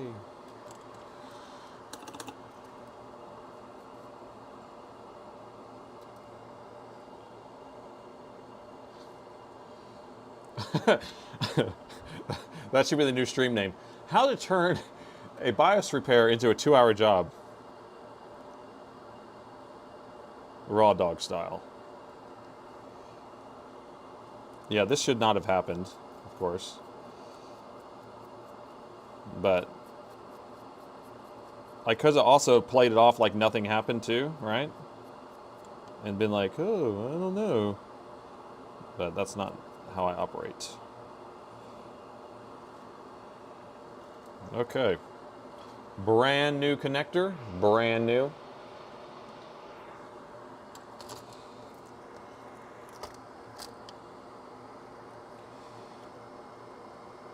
Now, if I didn't have things take longer than they should, then how am I going to fill up all this time?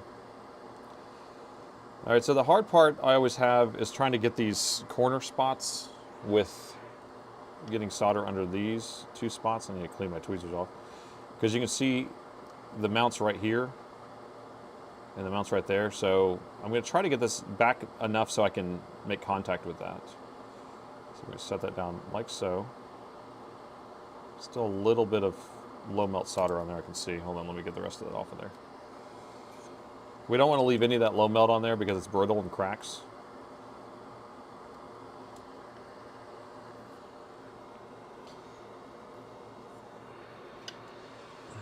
But do you love repairing these laptops though? Oh yeah, I love it. No, I like the mystery. I like this problem solving. I do like it, that aspect of it. Now, I don't like replacing connectors or doing, these are boring to me. This type of stuff where it's like there's no real problem solving involved are boring. But the solving of the mystery I really enjoy. But just doing these are like grunt work to me. This is like you could just give anybody this task, you know? I mean, it does take skill to do these micro soldering, but it's not like the job that I feel like I enjoy. If that makes sense. Oh, fudge. I just soldering iron my hand. Detective work, that's what I like, yes. Being the laptop detective, of course. All right, I just cauterized my finger right there. A little cauterization. Oh, yeah, stabbed it too. It went inside my skin. Look at that. The tip went inside my skin. Should I put some alcohol on it? Nah, it got burned. It cauterized perfectly. But I could ask the doctor. Do I need to do anything with it, doctor? Should I worry about all that lead that's at the tip of the soldering iron that just went into my finger?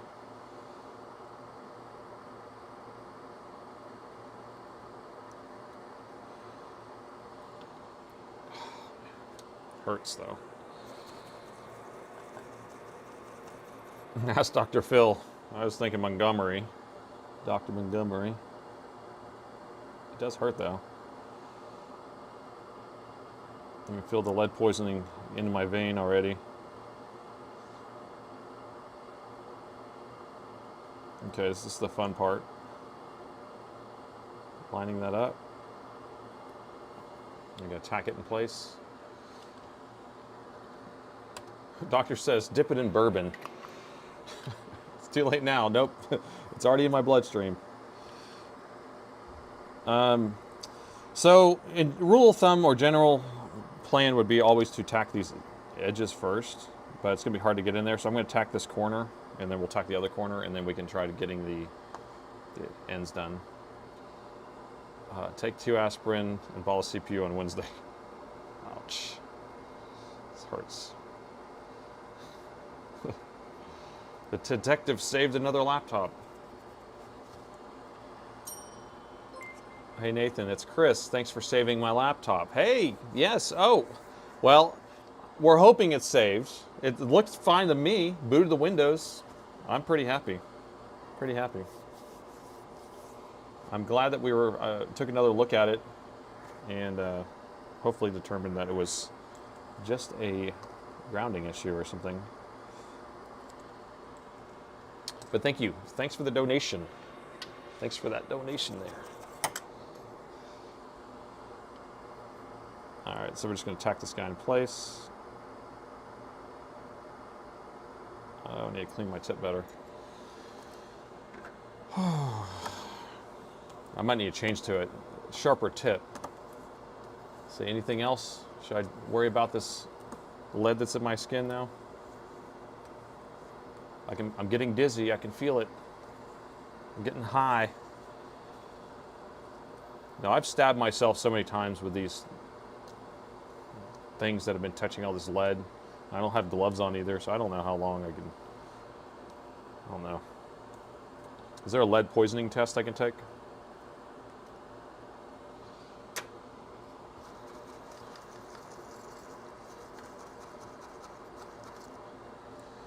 All right, see if this is better.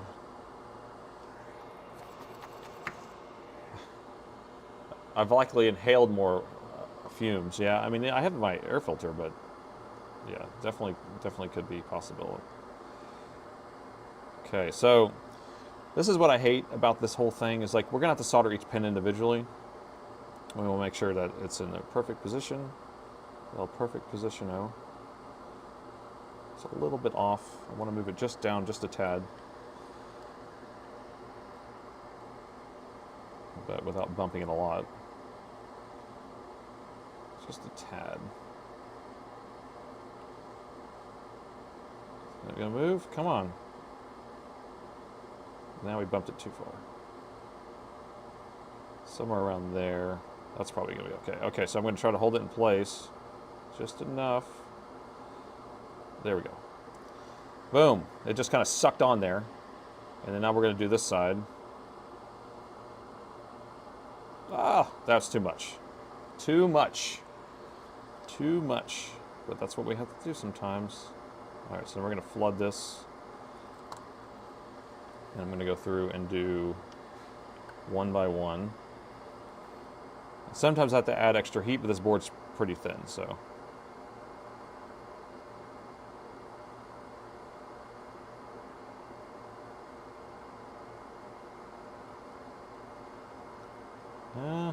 See how that one's not sucking onto it? I can add a little bit of heat and that will fix it. But I don't want to put too much on my tip of my soldering iron, so I go back and I pick up some of these and then pull it back over here. And I can switch to a smaller tip, but it will end up having more issues sometimes. I don't know, can y'all not see that? It's kind of hard to see. Let's see. See the polarizer on. Zoomed out more maybe. Okay, that's polarizer off. And if I polarize it more, so that's kind of polarized all the way. Still kind of hard to see, isn't it? I don't have a temperature setting on my iron. My Metcal just has an on-off switch. Maybe there's a setting somewhere, but I've never set it. I just turn it on and off, that's it. So I don't know. I don't know what my temperature is. I mean, I guess we can put it on a thermocouple and figure out what the temperature is. But see, I can tell that pad's not picking up, so I usually will just come down here with my solder, hot air at like 240 and do it at the same time. We should make some bourbon flux. That's what we should do. So now I'm using 240. It's not hot enough to do anything, but it'll allow me to get the pad hot enough at the same time. Come on. I'll pick up some of that solder. This board keeps moving every time I press it. It's making me irritated. Okay, I'm going to switch tips to a pointier one. How to take a 2-hour repair. This was supposed to be fixed quickly, wasn't it? Stupid. So this one's a lot more pointy, but it doesn't get hot enough at the tip in general.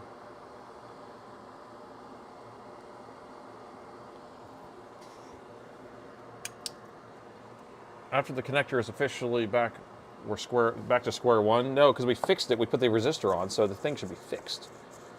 The thing should be 100% fixed. Smash that like button. I don't know how many likes we have so far on the video, but the more we get, the better it is, I can tell you that. So, all right, let me tin this tip. So this is just like a, ooh, this stuff's gross. We're gonna see if we can get the tip nice and clean, or else it doesn't want to stick at the very end, the solder. It's gross. Gross, man. Okay. Was that satisfying to watch, though? That's like ASMR.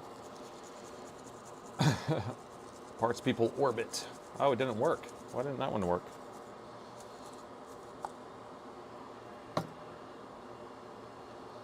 Let's try this again. Back to square one with a different tip.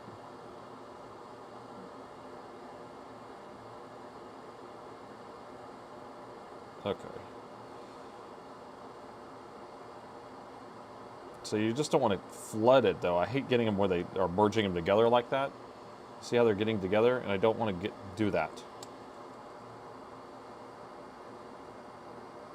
And it has a lot to do with the board not being hot enough. If this was on a preheater, it'd be a lot easier. Oh my gosh. Only 352 likes. Fluxing ASMR.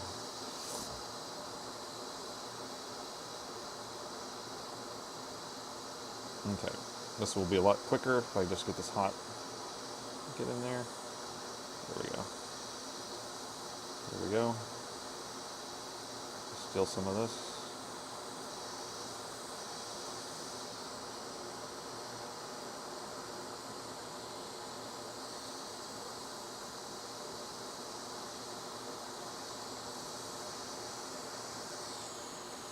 This is really hard to see, isn't it? I'm not really seeing anything, and I'm not liking what I'm seeing in general. I'm going to have to pick up some of this excess because it keeps flooding the area, and I don't want it to flood the area. But it's giving me some problems. There we go. I always have issues with these connectors.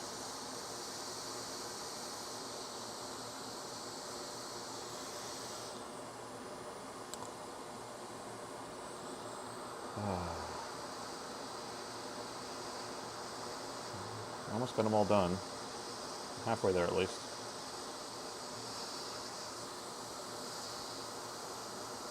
You see how I just kind of keep picking up some solder from the areas that have too much?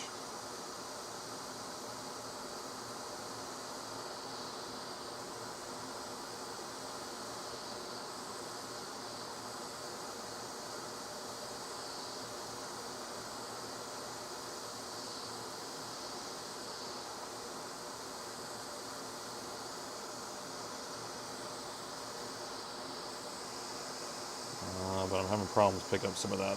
Oh.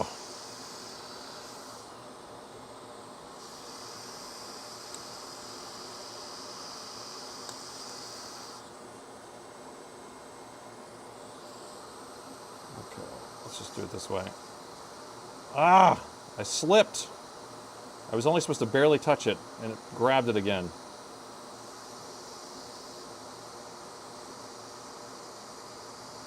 I don't know why this is giving me such a big problem today. So you see all that solder that just sucked up on there? We're going to have to suck all that off of there in a second. There we go. Good. These pads, like I touch it, it doesn't work. And every time I press down the board, it goes out of focus, and so I can't even see what I'm doing. Every time I apply pressure.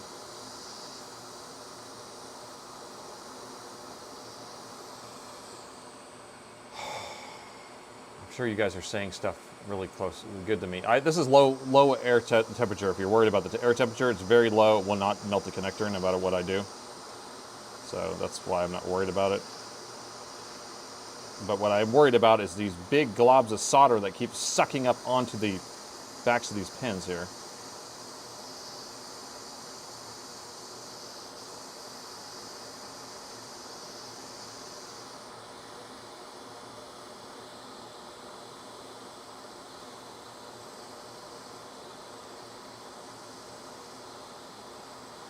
Okay, I think I got them all. I'm going to suck up all any of this excess. Oh, I'm getting frustrated. I don't know if you can tell. I'm going to zoom out just a little bit so I can see better.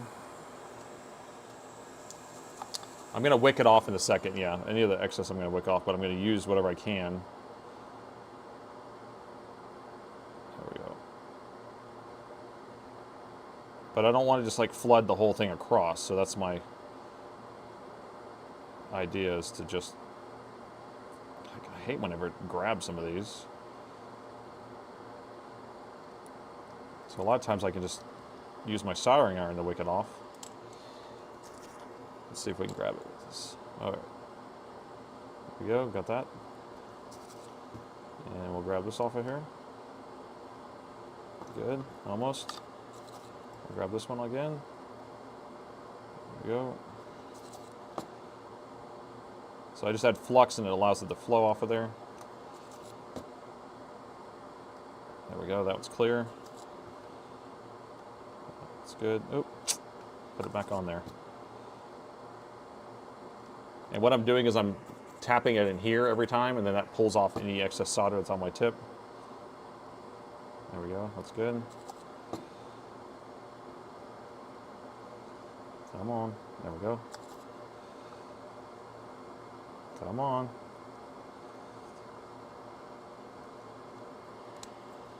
I don't know why you're not coming off of there. I'm sure you're saying lots of fun stuff. I just can't see it. So I will read it in a second. Okay.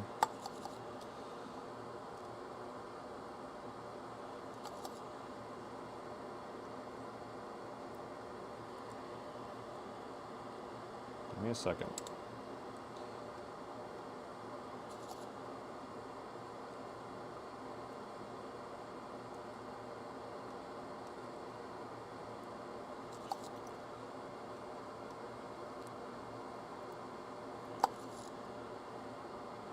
Okay. This one I'm going to just, this is like too big of a blob right here. I'm going to grab it this way. Ah, just move the whole thing.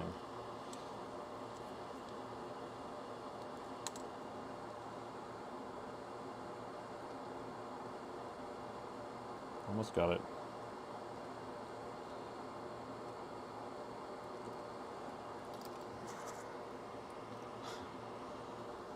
I just don't want to pull off all the solder I just put on there. That's the problem with the solder wick. Like, I will go back with solder wick, but if I do that, then I'll end up pulling off all the stuff I just put on. And if I can just grab just enough off of there. Almost got it.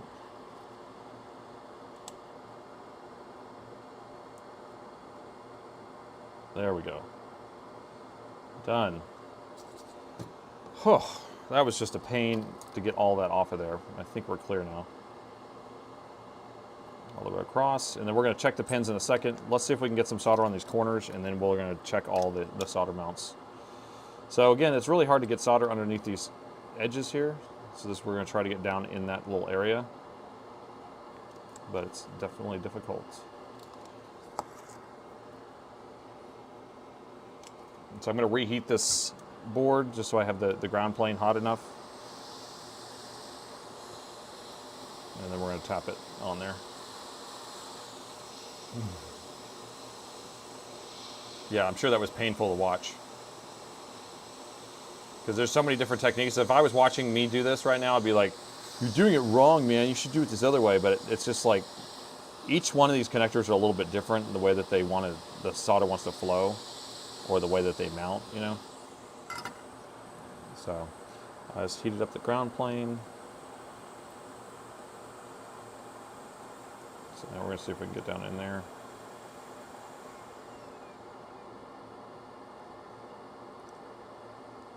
I hate this. Get down in there.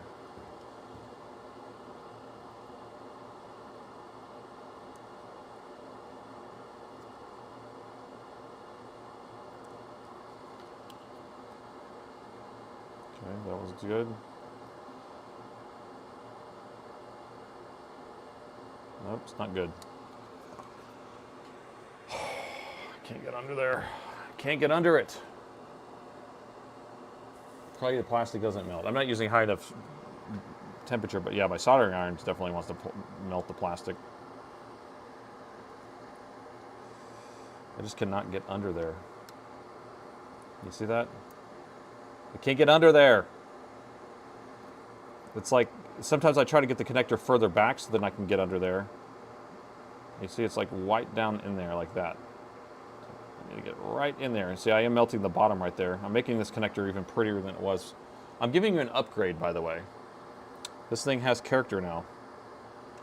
Before you did not have character on this connector, now you have a lot of character.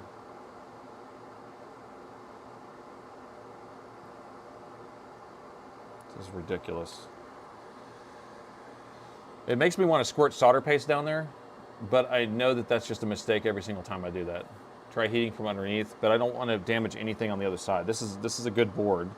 So we have this little connector right here that's on the other side, this connector right here, and to me that's more, create more damage to do that. So what I find the best is to heat the board enough so I'm not going to have, well, that I'm going to have the ground plane hot enough, but without me melting that connector, and then try to get some solder to suck onto that. Who cares? Just hold the ribbon cable. Yeah, I know. It's mounted.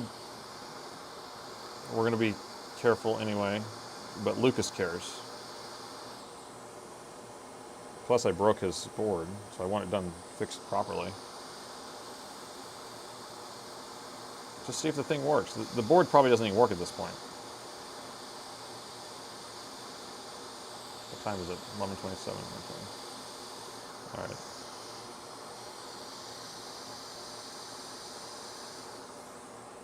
All right, I'm gonna call that pretty good. We need to at least figure out if it works. Super glue the corners. Yeah, I can actually just put some UV curing stuff on there. That will work. I got some clear stuff, or I got some blue stuff. Let me clean this off. And then we'll check all the pins and then we'll call it good. CONCUR, thank you. Yeah, I'm sorry. That took longer than it needed to do. Gritty gave me some bits. Thanks, Gritty. Thanks for the bits, Gritty.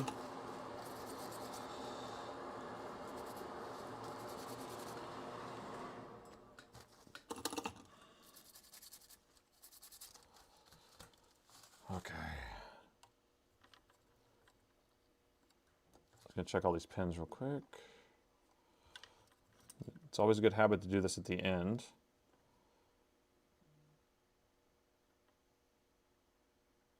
Just make sure every single one is good to go.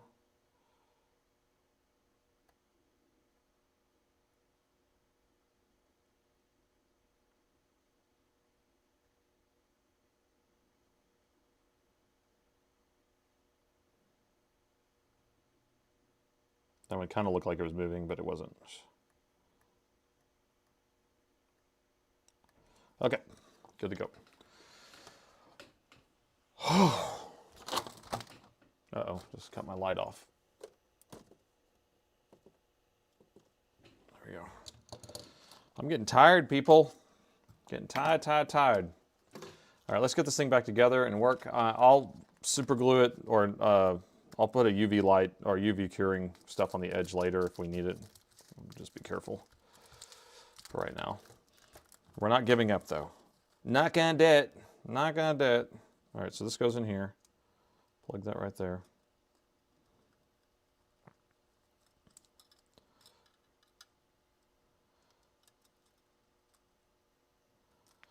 Perfect. Perfect. So what do you think? Is this thing gonna turn on? What do you think? Because we may still need to rewrite a BIOS too. Because we're just going by, like, what BIOS did you get again, Lucas? I can't remember if you got it from Bad Caps or if you were just flashing one that you made, or...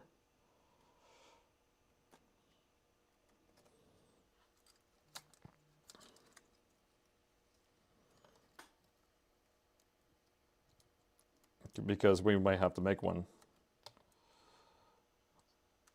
Poll. Okay, we got a poll coming up here. All right. Will it work? So, orange light of death is what this thing had when you hit the power button. And we found a resistor that was on one of the data lines. And we replaced it. And we will see if it fixes it. So I'm just going to kind of tack this thing together. I don't need to do it very perfectly. Do it perfectly. 130. Okay, this cable, that cable. I'm telling you, my eyes are getting bad. I'm like trying to look at this, I'm like, I can't see it, I have to get further back. I'm sure people know what I'm talking about. I used to have perfect eyes. Okay, so what are we doing on the poles? How's it look so far?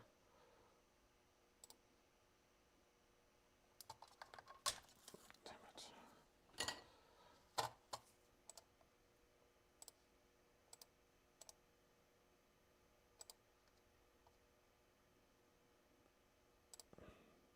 Let me see if I can pull up the poles for us. Oh, let's see. Poles. Got to update this pole here.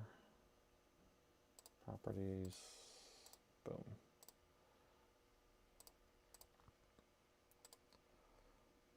Okay, there you go. So you can kind of see them both. All right, so we have 74% on YouTube and 67% on Twitch, which is a pretty good number. Pretty good percentage.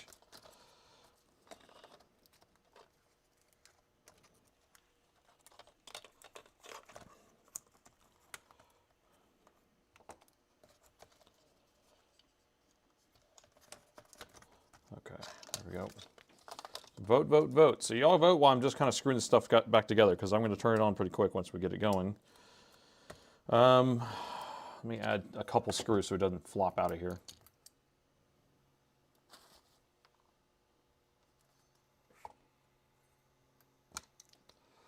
'20 Army career. What do we got? You're 50 or 40. We're throwing out some ages again. I'm 45. My eyes started going at 40, But I think it had to do with me just being at this microscope every single day. That really got me quick.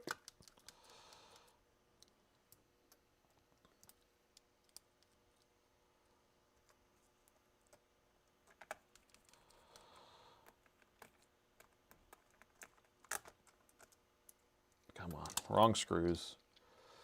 At what temperature does plastic start to melt? So ABS is a 260 degrees, and so, or 265. And so when you have a hot air station, the temperature that's coming out of the gun is not the temperature that's going to be sitting on the board itself. So you could theoretically do 300 as long as you're not directly at it. But I was doing 240 when I was just kind of having it flowing while I was soldering. So 240 is really low. But all I was trying to do is just aid in heating the area for my solder iron. Oh my gosh, everything's sticking to me. You are forced to upgrade to 25H2. I do not install 25H2, whatever you do. I'm completely not doing 25H2 yet. That thing has so much troubles, so many problems. Okay, all right, how's our poll? 72, 73%, and 64%. Wes, welcome. I did get those motherboards in. I think, no wait, did I? No, that was a different thing. So, have you checked the tracking on that?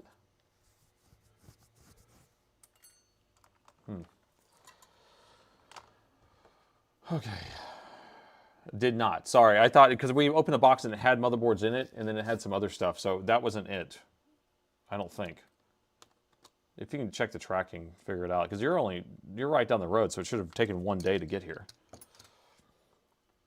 Okay, ready?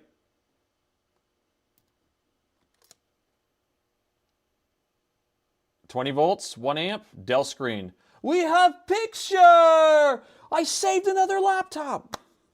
Yes. That's 2 for 2. That's 2 for 2. Finally. We did it. We did it. Woohoo! So we had 25% of the people, or even I guess 35%, said that it wasn't going to work. So that was awesome. That worked out. This boot's going to take longer than normal, is what it says. Let me make sure that the keyboard still works, because I didn't plug in the keyboard. Oh no, the keyboard's plugged in. Well, we will see. We will see. Oh hell yeah, dude! That's cool. How did you do that? That looks cool. Oh wow! So that was fun. That was fun. That was a good one. So we got the Alienware M15R5 working, and we got this 9520 working. So we are the champions, my friends. Do-do-do. And we'll keep on fighting to the end. No hard drive installed. That's fine. And there you go. It's working. So we're good. That only took an extra whatever amount of time, because I ripped that connector off. But I guess you wanted to see me replace that connector. That's really what you wanted. I gave you what you came for. Gave you what you came for. So, Lucas, we got your laptop fixed. Chris, we got your laptop fixed. What else? Come on, put them up. What else you need?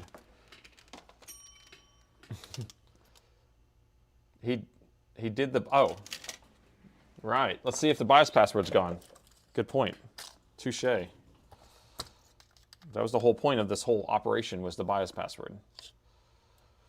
But he did the BIOS right, but let's see if the password's gone.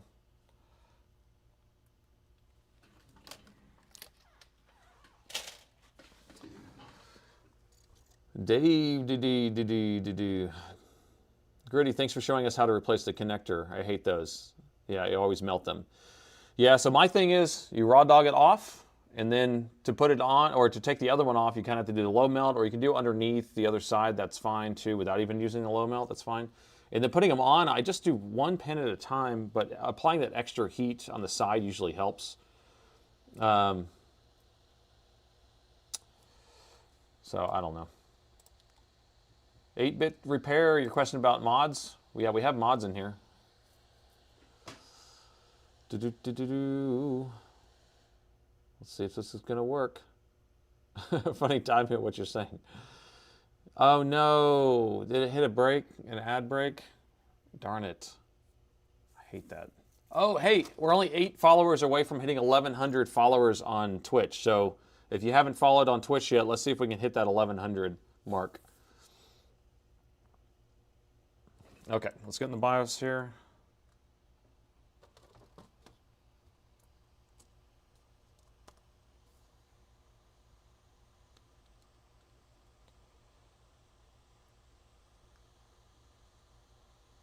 Okay, we got 1 follower coming in hot.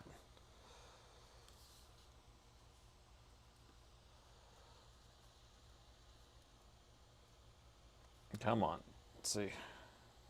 Trying to get into the BIOS here. Want to see if he did it properly. No password prompt. Was it, oh, is the power on password? So you still have the service tag is still in there. Management. And the BIOS password's still there. Admin unlock. Ah, you know what that means. You know what that means.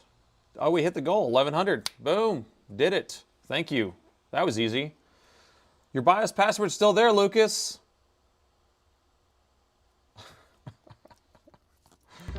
Oh, you're killing me here. Okay, okay. What time is it? 11:40. Okay, let's get rid of BIOS password. Okay, we can do this. We can do this. We can do this. My wife messaged me saying, hey, you need to come home. Let's see. I was going to come home a little earlier today. I was like, oh, I'll just take it a little, we'll do a little shorter than normal, but no, it's fine. All right, hold on. Caffeine, and then we'll get it. Copy the product key when you flash it. We're just going to wipe it out and you can, oh, do you want to know what it is? It's on the bottom. The product, and then you're talking about the Windows product key. I'm not going to delete that portion of it, but we have the service tag here. There's a tool that I just started using that supposedly will wipe out the BIOS password and the key or the service tag. We'll see if this fixes it, and we'll try it. And if it works, then it's awesome. If it doesn't work, then it's not awesome. Did you try 1, 2, 3, 4 and 1, 2, 3, 4, 5, 6? Did you try all the normal ones? Patch it. Yeah, I'm going to try doing the patch it thing, Lead Farmer. Which is pretty interesting little tool that somebody wrote. That's just changes a couple different lines inside the BIOS file. And then it, like, when it boots back up, it says that everything needs to be reset. So we'll see if it fixes it. Did you try 67 as the password?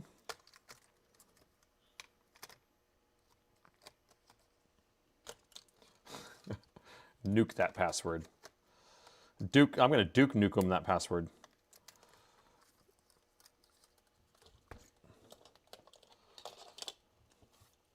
Yeah, so on JFix Discord, there was the patching tool, and that's what I got. So we're going to try that out. So let's just rip this off of here real quick. Whew, I'm tired. I can feel the fatigue coming in. But this is, again, I don't know when to stop. I don't know when to stop. All right, so it's the 256 JV, right? Okay, and then we have our tool here. Pin 1's right there. Pin 1's my little mark on there. I'll hold that down right there without ripping stuff off. Sorry, you reminded me about the goal. Yeah, I know, I know. So now you're going to update the title saying we're going to remove the BIOS password, although it's not generally what we want to do. You just watch that connector replacement, which is so much fun. What am I doing? Okay, and you're going to get that. 256JV, WSON. So I detected the chip, now I'm going to read the chip.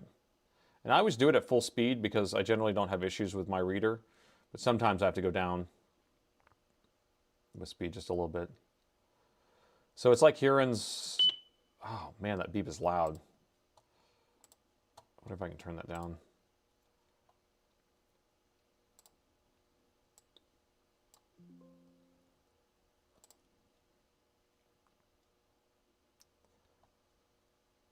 Okay. So we're going to save that. So I rip it off of there and then I verify it. So it puts it in buffer and then we just verify that that's the same data. And then we're going to edit it manually. So 261259 is his repair ID number. And this is a lat, what is it again? 9520. And I always mark it as original. Original. All right, so here's the new tool. Where is it at? So this is a tool that I found, or that JFix has on his Discord. It always throws that error. So this tool right here has a couple different tabs. So you have a password generator, but that's only for extensions like this. This is for older machines. We have a service tag extractor, which doesn't work with the crap, so that's a useless tab. This is useless also because you can just edit it yourself, so I don't know why. So this is the only one that I found being useful. And so we're going to grab that, put that in there, patch it. And so it's going to find a few patterns, and it's going to rewrite a few different patterns. And so now if we go back and look at what it rewrote, we're going to open the patched version. And then we're going to open the original. And then we're going to edit it, or do a file compare. And so you can see that there's a few different areas that have been changed, and then a few that haven't. So we can see that it just changed a couple different areas there at the header. This is all going to be inside the EC region, actually, I believe. Let's see. So it changed there, changed there, changed there, and changed there. So it's only a few different spots that it changed. So everything else should be intact, like the product key, the Windows product key. And so now we can, actually, we'll stay on that screen. And now we can write it back. Let me pull the chat back up. So I'm just going to load that back in the buffer. And supposedly, it's fixed it. And I can't load it if it's in this program still. It locks it. There we go.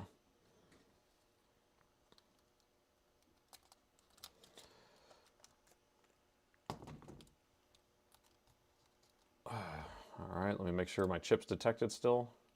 There it is, and now we're going to program it.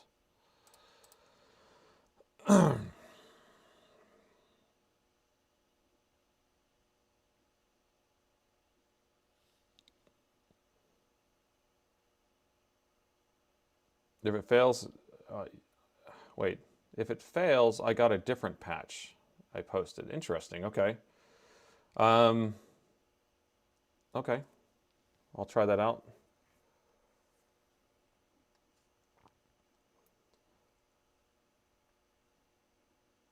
Say hello to my little tool.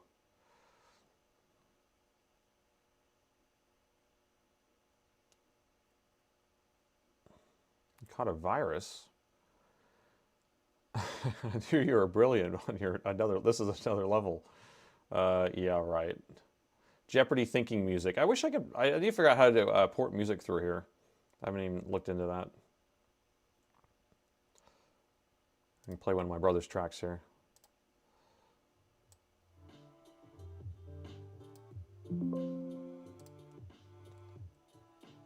There we go. You still use BIOS password for Dell, but that doesn't work on these newer ones. That's the problem.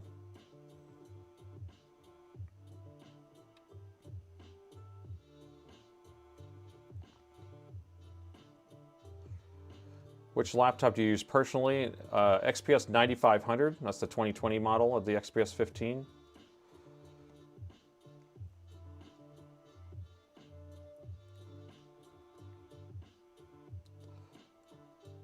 Can y'all hear that music I'm playing? This is all my brother's music. So this is all on the same one that we use on the intro. So he has all, this is off of his SoundCloud. So there's no copyright.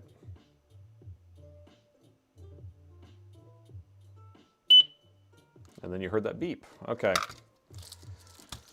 Okay, let's see if this works now.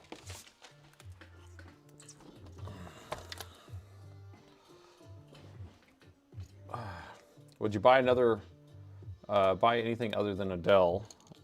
Probably not, just because I have all the parts. It doesn't really make sense for me to do that.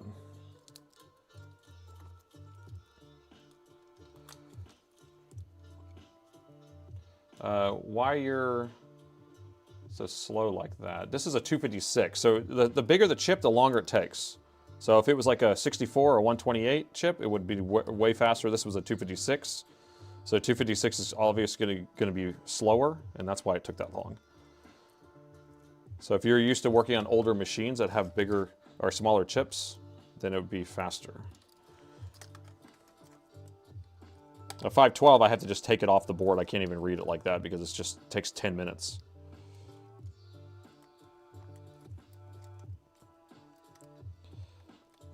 Come on.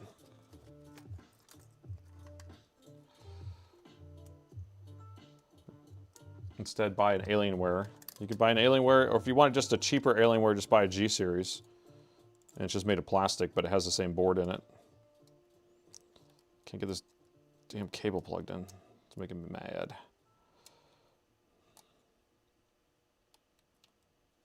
There we go. Oh, I don't want to break another connector. I broke another connector. I did not break another connector. Yeah, 512 would be double as long, but I feel like it's longer than double because sometimes it takes like 180 seconds to just erase the chip. I don't know. And that's a long time just to hold the chip reader in one spot, or the chip clip, without moving.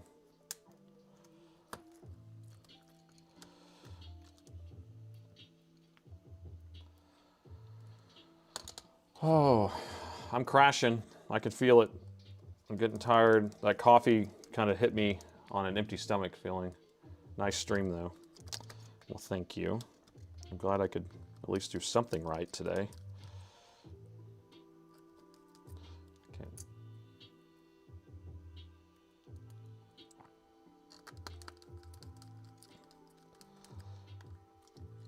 Okay, battery.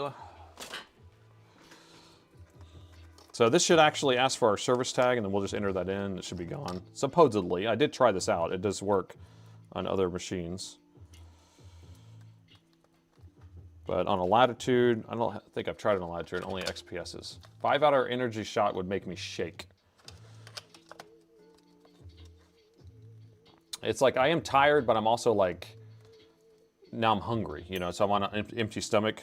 Like I had a breakfast taco right before I started the stream, but okay. So I'm gonna prop that open. I don't have anything really screwed together, so I don't want the board falling out. Turn this thing on.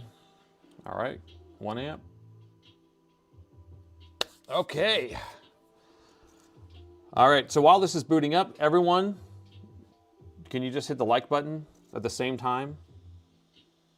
If you haven't already done it on the video, that would help a lot, please. This is gonna take a second for it to start up anyway. And this is gonna be the last thing we're gonna do, because if this doesn't work, then I'll have to do it later, because I don't have the brain power, bandwidth right now to do it again. Oh. Austin Beer Works, burger time. Austin Beer Works, do you know, it's only 1 block from me. It's literally on the next street over. So if you've ever had Austin Beer Works, yeah, it used to be across the street from my old building, my original building that I started in. And then I moved over to this location, which is a lot bigger, but it's on the next street over. So, yes, we go over to Austin Beer Works sometimes. Get some coffee, it's strong. This is what's making me kind of shake, I feel like, is because I normally only drink like regular coffee in the morning. And then, oh, is it saying Service tag? Look at that. Service tag has not been programmed. Perfect. That's what we want. So we're going to go over to BIOS setup. And we need to set the service tag, which is oh my gosh, killing me. Can't see it. Okay, 7VFD. Let's see if we can get this in the right orientation. I don't want the motherboard to fall out.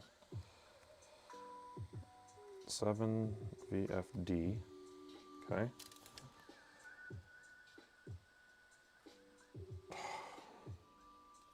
They make it so small. 4D3. 4D3. Okay.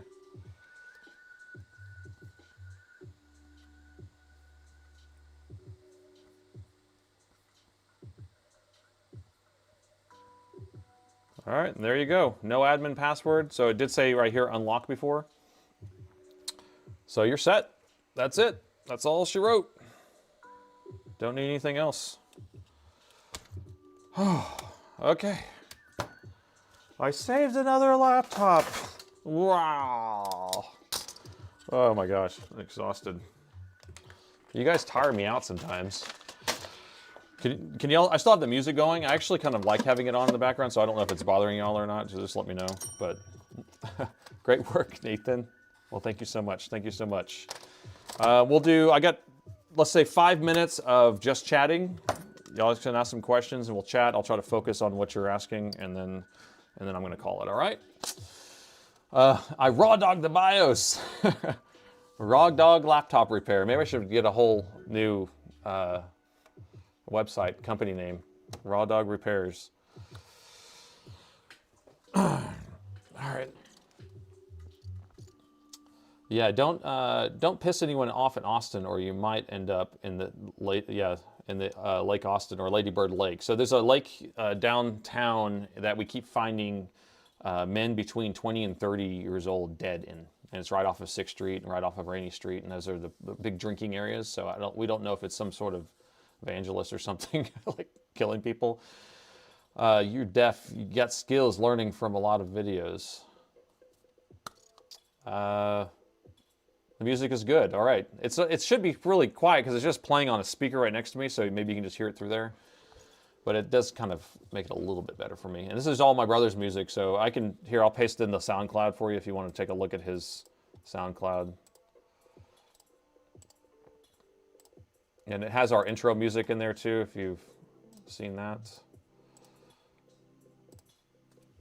So here's his SoundCloud. And a lot of stuff hasn't been added to it in years, but he makes stuff all the time. So do I like planes? I've used to build model planes, like design them myself and do all that stuff. I did a lot of that. I did drones for a while, building those. But if you're talking about like real planes, I like to fly in them. I saved another BIOS. Last time I went to Austin, I got a patty melt from Jack in the Box.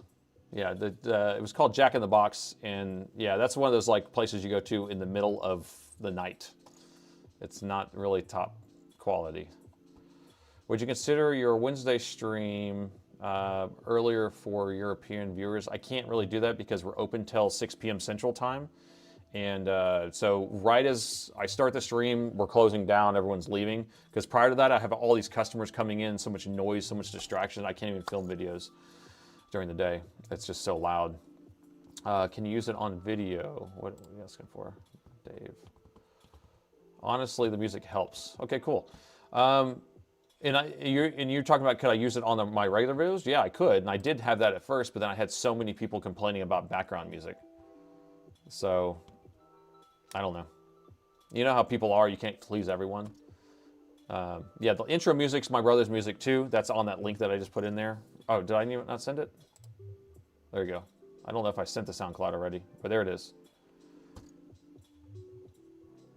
So there's the SoundCloud of my brother's thing, and the first song on there is the intro music, and then there's, right now it's just playing down through the list there. Jack in the Box of kangaroo parts. I stayed from the countdown this morning. Oh, really? Nice. I can't believe it. I can't believe I can keep people engaged for this long. I was going to do a short stream today. We're at 3 hours. Just a short stream. Any microscope recommendations? If you're, which microscope do you use? Any recommendations? So I have links in the video description for that. And so I'm using one that's a trinocular, which you probably don't need if you're not going to have a camera on there. So, but any of these Amscopes are good. If you want one that you'll look at a screen, I'm just not really good at that. I like looking through my eyes. It's like HD vision doing it that way. A good humor. Stay. The chat's moving a little fast for me now. Do what you want. It's your stream. Well, I think it's a democracy. Music is good. Make sure the sound in the background is less than 25% of microphone volume. So I just have it on in the background, so I don't know how loud it is for you because I don't have it playing through the actual setup. So I don't know. I have no way of controlling it separately, but if the volume right now sounds fine, then I'll keep it at that volume, or I can turn it down a little bit. I just redeemed another emote unlock, so now I got to figure out what I'm going to do to fill that spot. It's a lot of work to fill these emote spots. Give your apologies to your wife. I know. I let her sleep in this morning though, so I had to drive my daughter down to a swim meet. So my daughter had to be there. We had to leave at like 6:30 or 7:30 this morning, and it was about 30 minutes away. So I had to do a 1 hour round trip and then get back up here in time to do the stream. So I let her sleep in. So I think I have a little bit of wife points stored up. Great repair. I'm glad that we were able to fix 2, because there's been times that we couldn't fix 3. So I don't know. When did you get a laptop? Wait, when do you get a laptop in liquid metal on the CPU? Do you recommend repasting? When you get one, yes, I recommend it. So if you do get a laptop coming in, and Linus Tech Tips just did a video the other day where his laptop stopped turning on because the liquid metal is leaking. I mean, it's not like it's an anomaly. It happens, you know. So yeah, if you do have a laptop that has liquid metal, I recommend repasting it. Now, does it mean you repaste it? Probably not. You probably need to have someone do it. And so I can do it, you know, and I won't charge tons of money for it. You have the same microscope. This is a good microscope. And then JFix has one where it's just like the screen up front, and you put the device under there. Those are a lot cheaper. You can go to Northridge Fix and buy his greatest microscope that's ever existed. And he ships same day sometimes. You just crashed your 320 NEO in Microsoft Simulator 2020. You know, I haven't used the flight simulator in a long time. I need to try that out again. So that's probably what you were talking about, the planes. I forgot your brother was a musician. Yes, so my brother is a very talented musician, plays tons of instruments and can play by ear. So like he's a human jukebox type of thing. You're like, here, you know, play this, and then he just can kind of figure out the way it is. And then he does some electronic music too. But like a lot of the stuff, like if you listen to a SoundCloud, you'll see it very electronic, but then you can hear him, he's doing all these guitar sounds and weird little samples. I have some land outside of Austin, and he'll go out there with a recorder and like hit trees or crunch on like pine cones and pick up all those as samples and turn those into things. We're actually talking about doing, you know, this, I saved another laptop, you know, the ending that we're doing on the videos. He wants to do like a different variation on the endings for each one. So we'll do like a country theme or whatever and to kind of play around with it. So it's going to be a lot of work though, but we may end up doing some sort of mixes. So we didn't do 3 for 3. We only did 2, right? I guess we did this one twice because we broke it and fixed it. I got 10 wife points earned up, so I can use those anytime. Cash them in. You look at a 32-inch screen on your scope. You know, I wish I could do that. The setup I have is not really adequate for that. I don't know. I need to do something about this. I really wish I could move this whole setup into a separate room so I don't have, because I'm like I have like a kind of partitioned area off in my store, but I can still hear the people coming in, people talking, people answering the phones ringing, all this stuff is in the background constantly. So you have yours plugged into a 50-inch monitor. Wow. Yeah, if you have a liquid metal laptop, you can send it to me. I can change it out, and I can also do, you know, whatever else you want done while it's here, because it's all just flat labor anyway. So you had a monitor out, like, and mine's hooked to the screen right here, but there's a little bit of lag. I get some latency, so it's hard to do it. Plus, I'm not running 60 frames per second. I'm only doing 30 frames per second. Flight gear is pretty good in the sim. Now, do you have the full setup for the simulator? So do you have like do you buy like the gimbals and I don't know, all the stuff? Okay, I'll be available all day. I broke and then unbroke another laptop. That's a pretty funny variation to that. Okay, 12:04. I gotta get home. I'm tired. Tywood. Mr. Wonderful, the Wonderful, send me another 100 bits. Thank you so much, which is $1, by the way, people. It's not 100, lots of it. It's pennies, but I appreciate anything you want to donate over. If we had the reflow, the CPU does not affect the core. Yeah, we would be very careful with it. Low and slow, like we're cooking some barbecue. You're definitely one of the best techs I've seen in a long time. Enjoy the streams. Thank you so much. I just kind of fake it till I make it. No, I'm just kind of figuring it out as I go along. All this stuff just seems logical to me. So, but anyway, I appreciate everybody coming out today. I was a little bit tired. I'm a little bit feeling like I'm a little bit under the weather. But maybe it's just exhaustion. And but I did make it through the stream. We fixed 2 laptops. I want to thank all my moderators that are helping in chat. I do the best I can to answer the chat, so I'm trying to get a little bit better on that. Thanks for everybody who followed on Twitch. We're up to 1,100 now, and the goal was, you know, we hit our goal there. So we have just 2 streams a week, so 6 p.m. Central on Wednesday, 9 a.m. Central on Sundays, and Sundays seem to be kind of a more shenanigans type of setup where we're not doing just random or normal repairs. We're kind of doing a little more crazy, fun stuff. I don't know, and. But anyway, I appreciate each and every single one of you guys, and thanks for watching.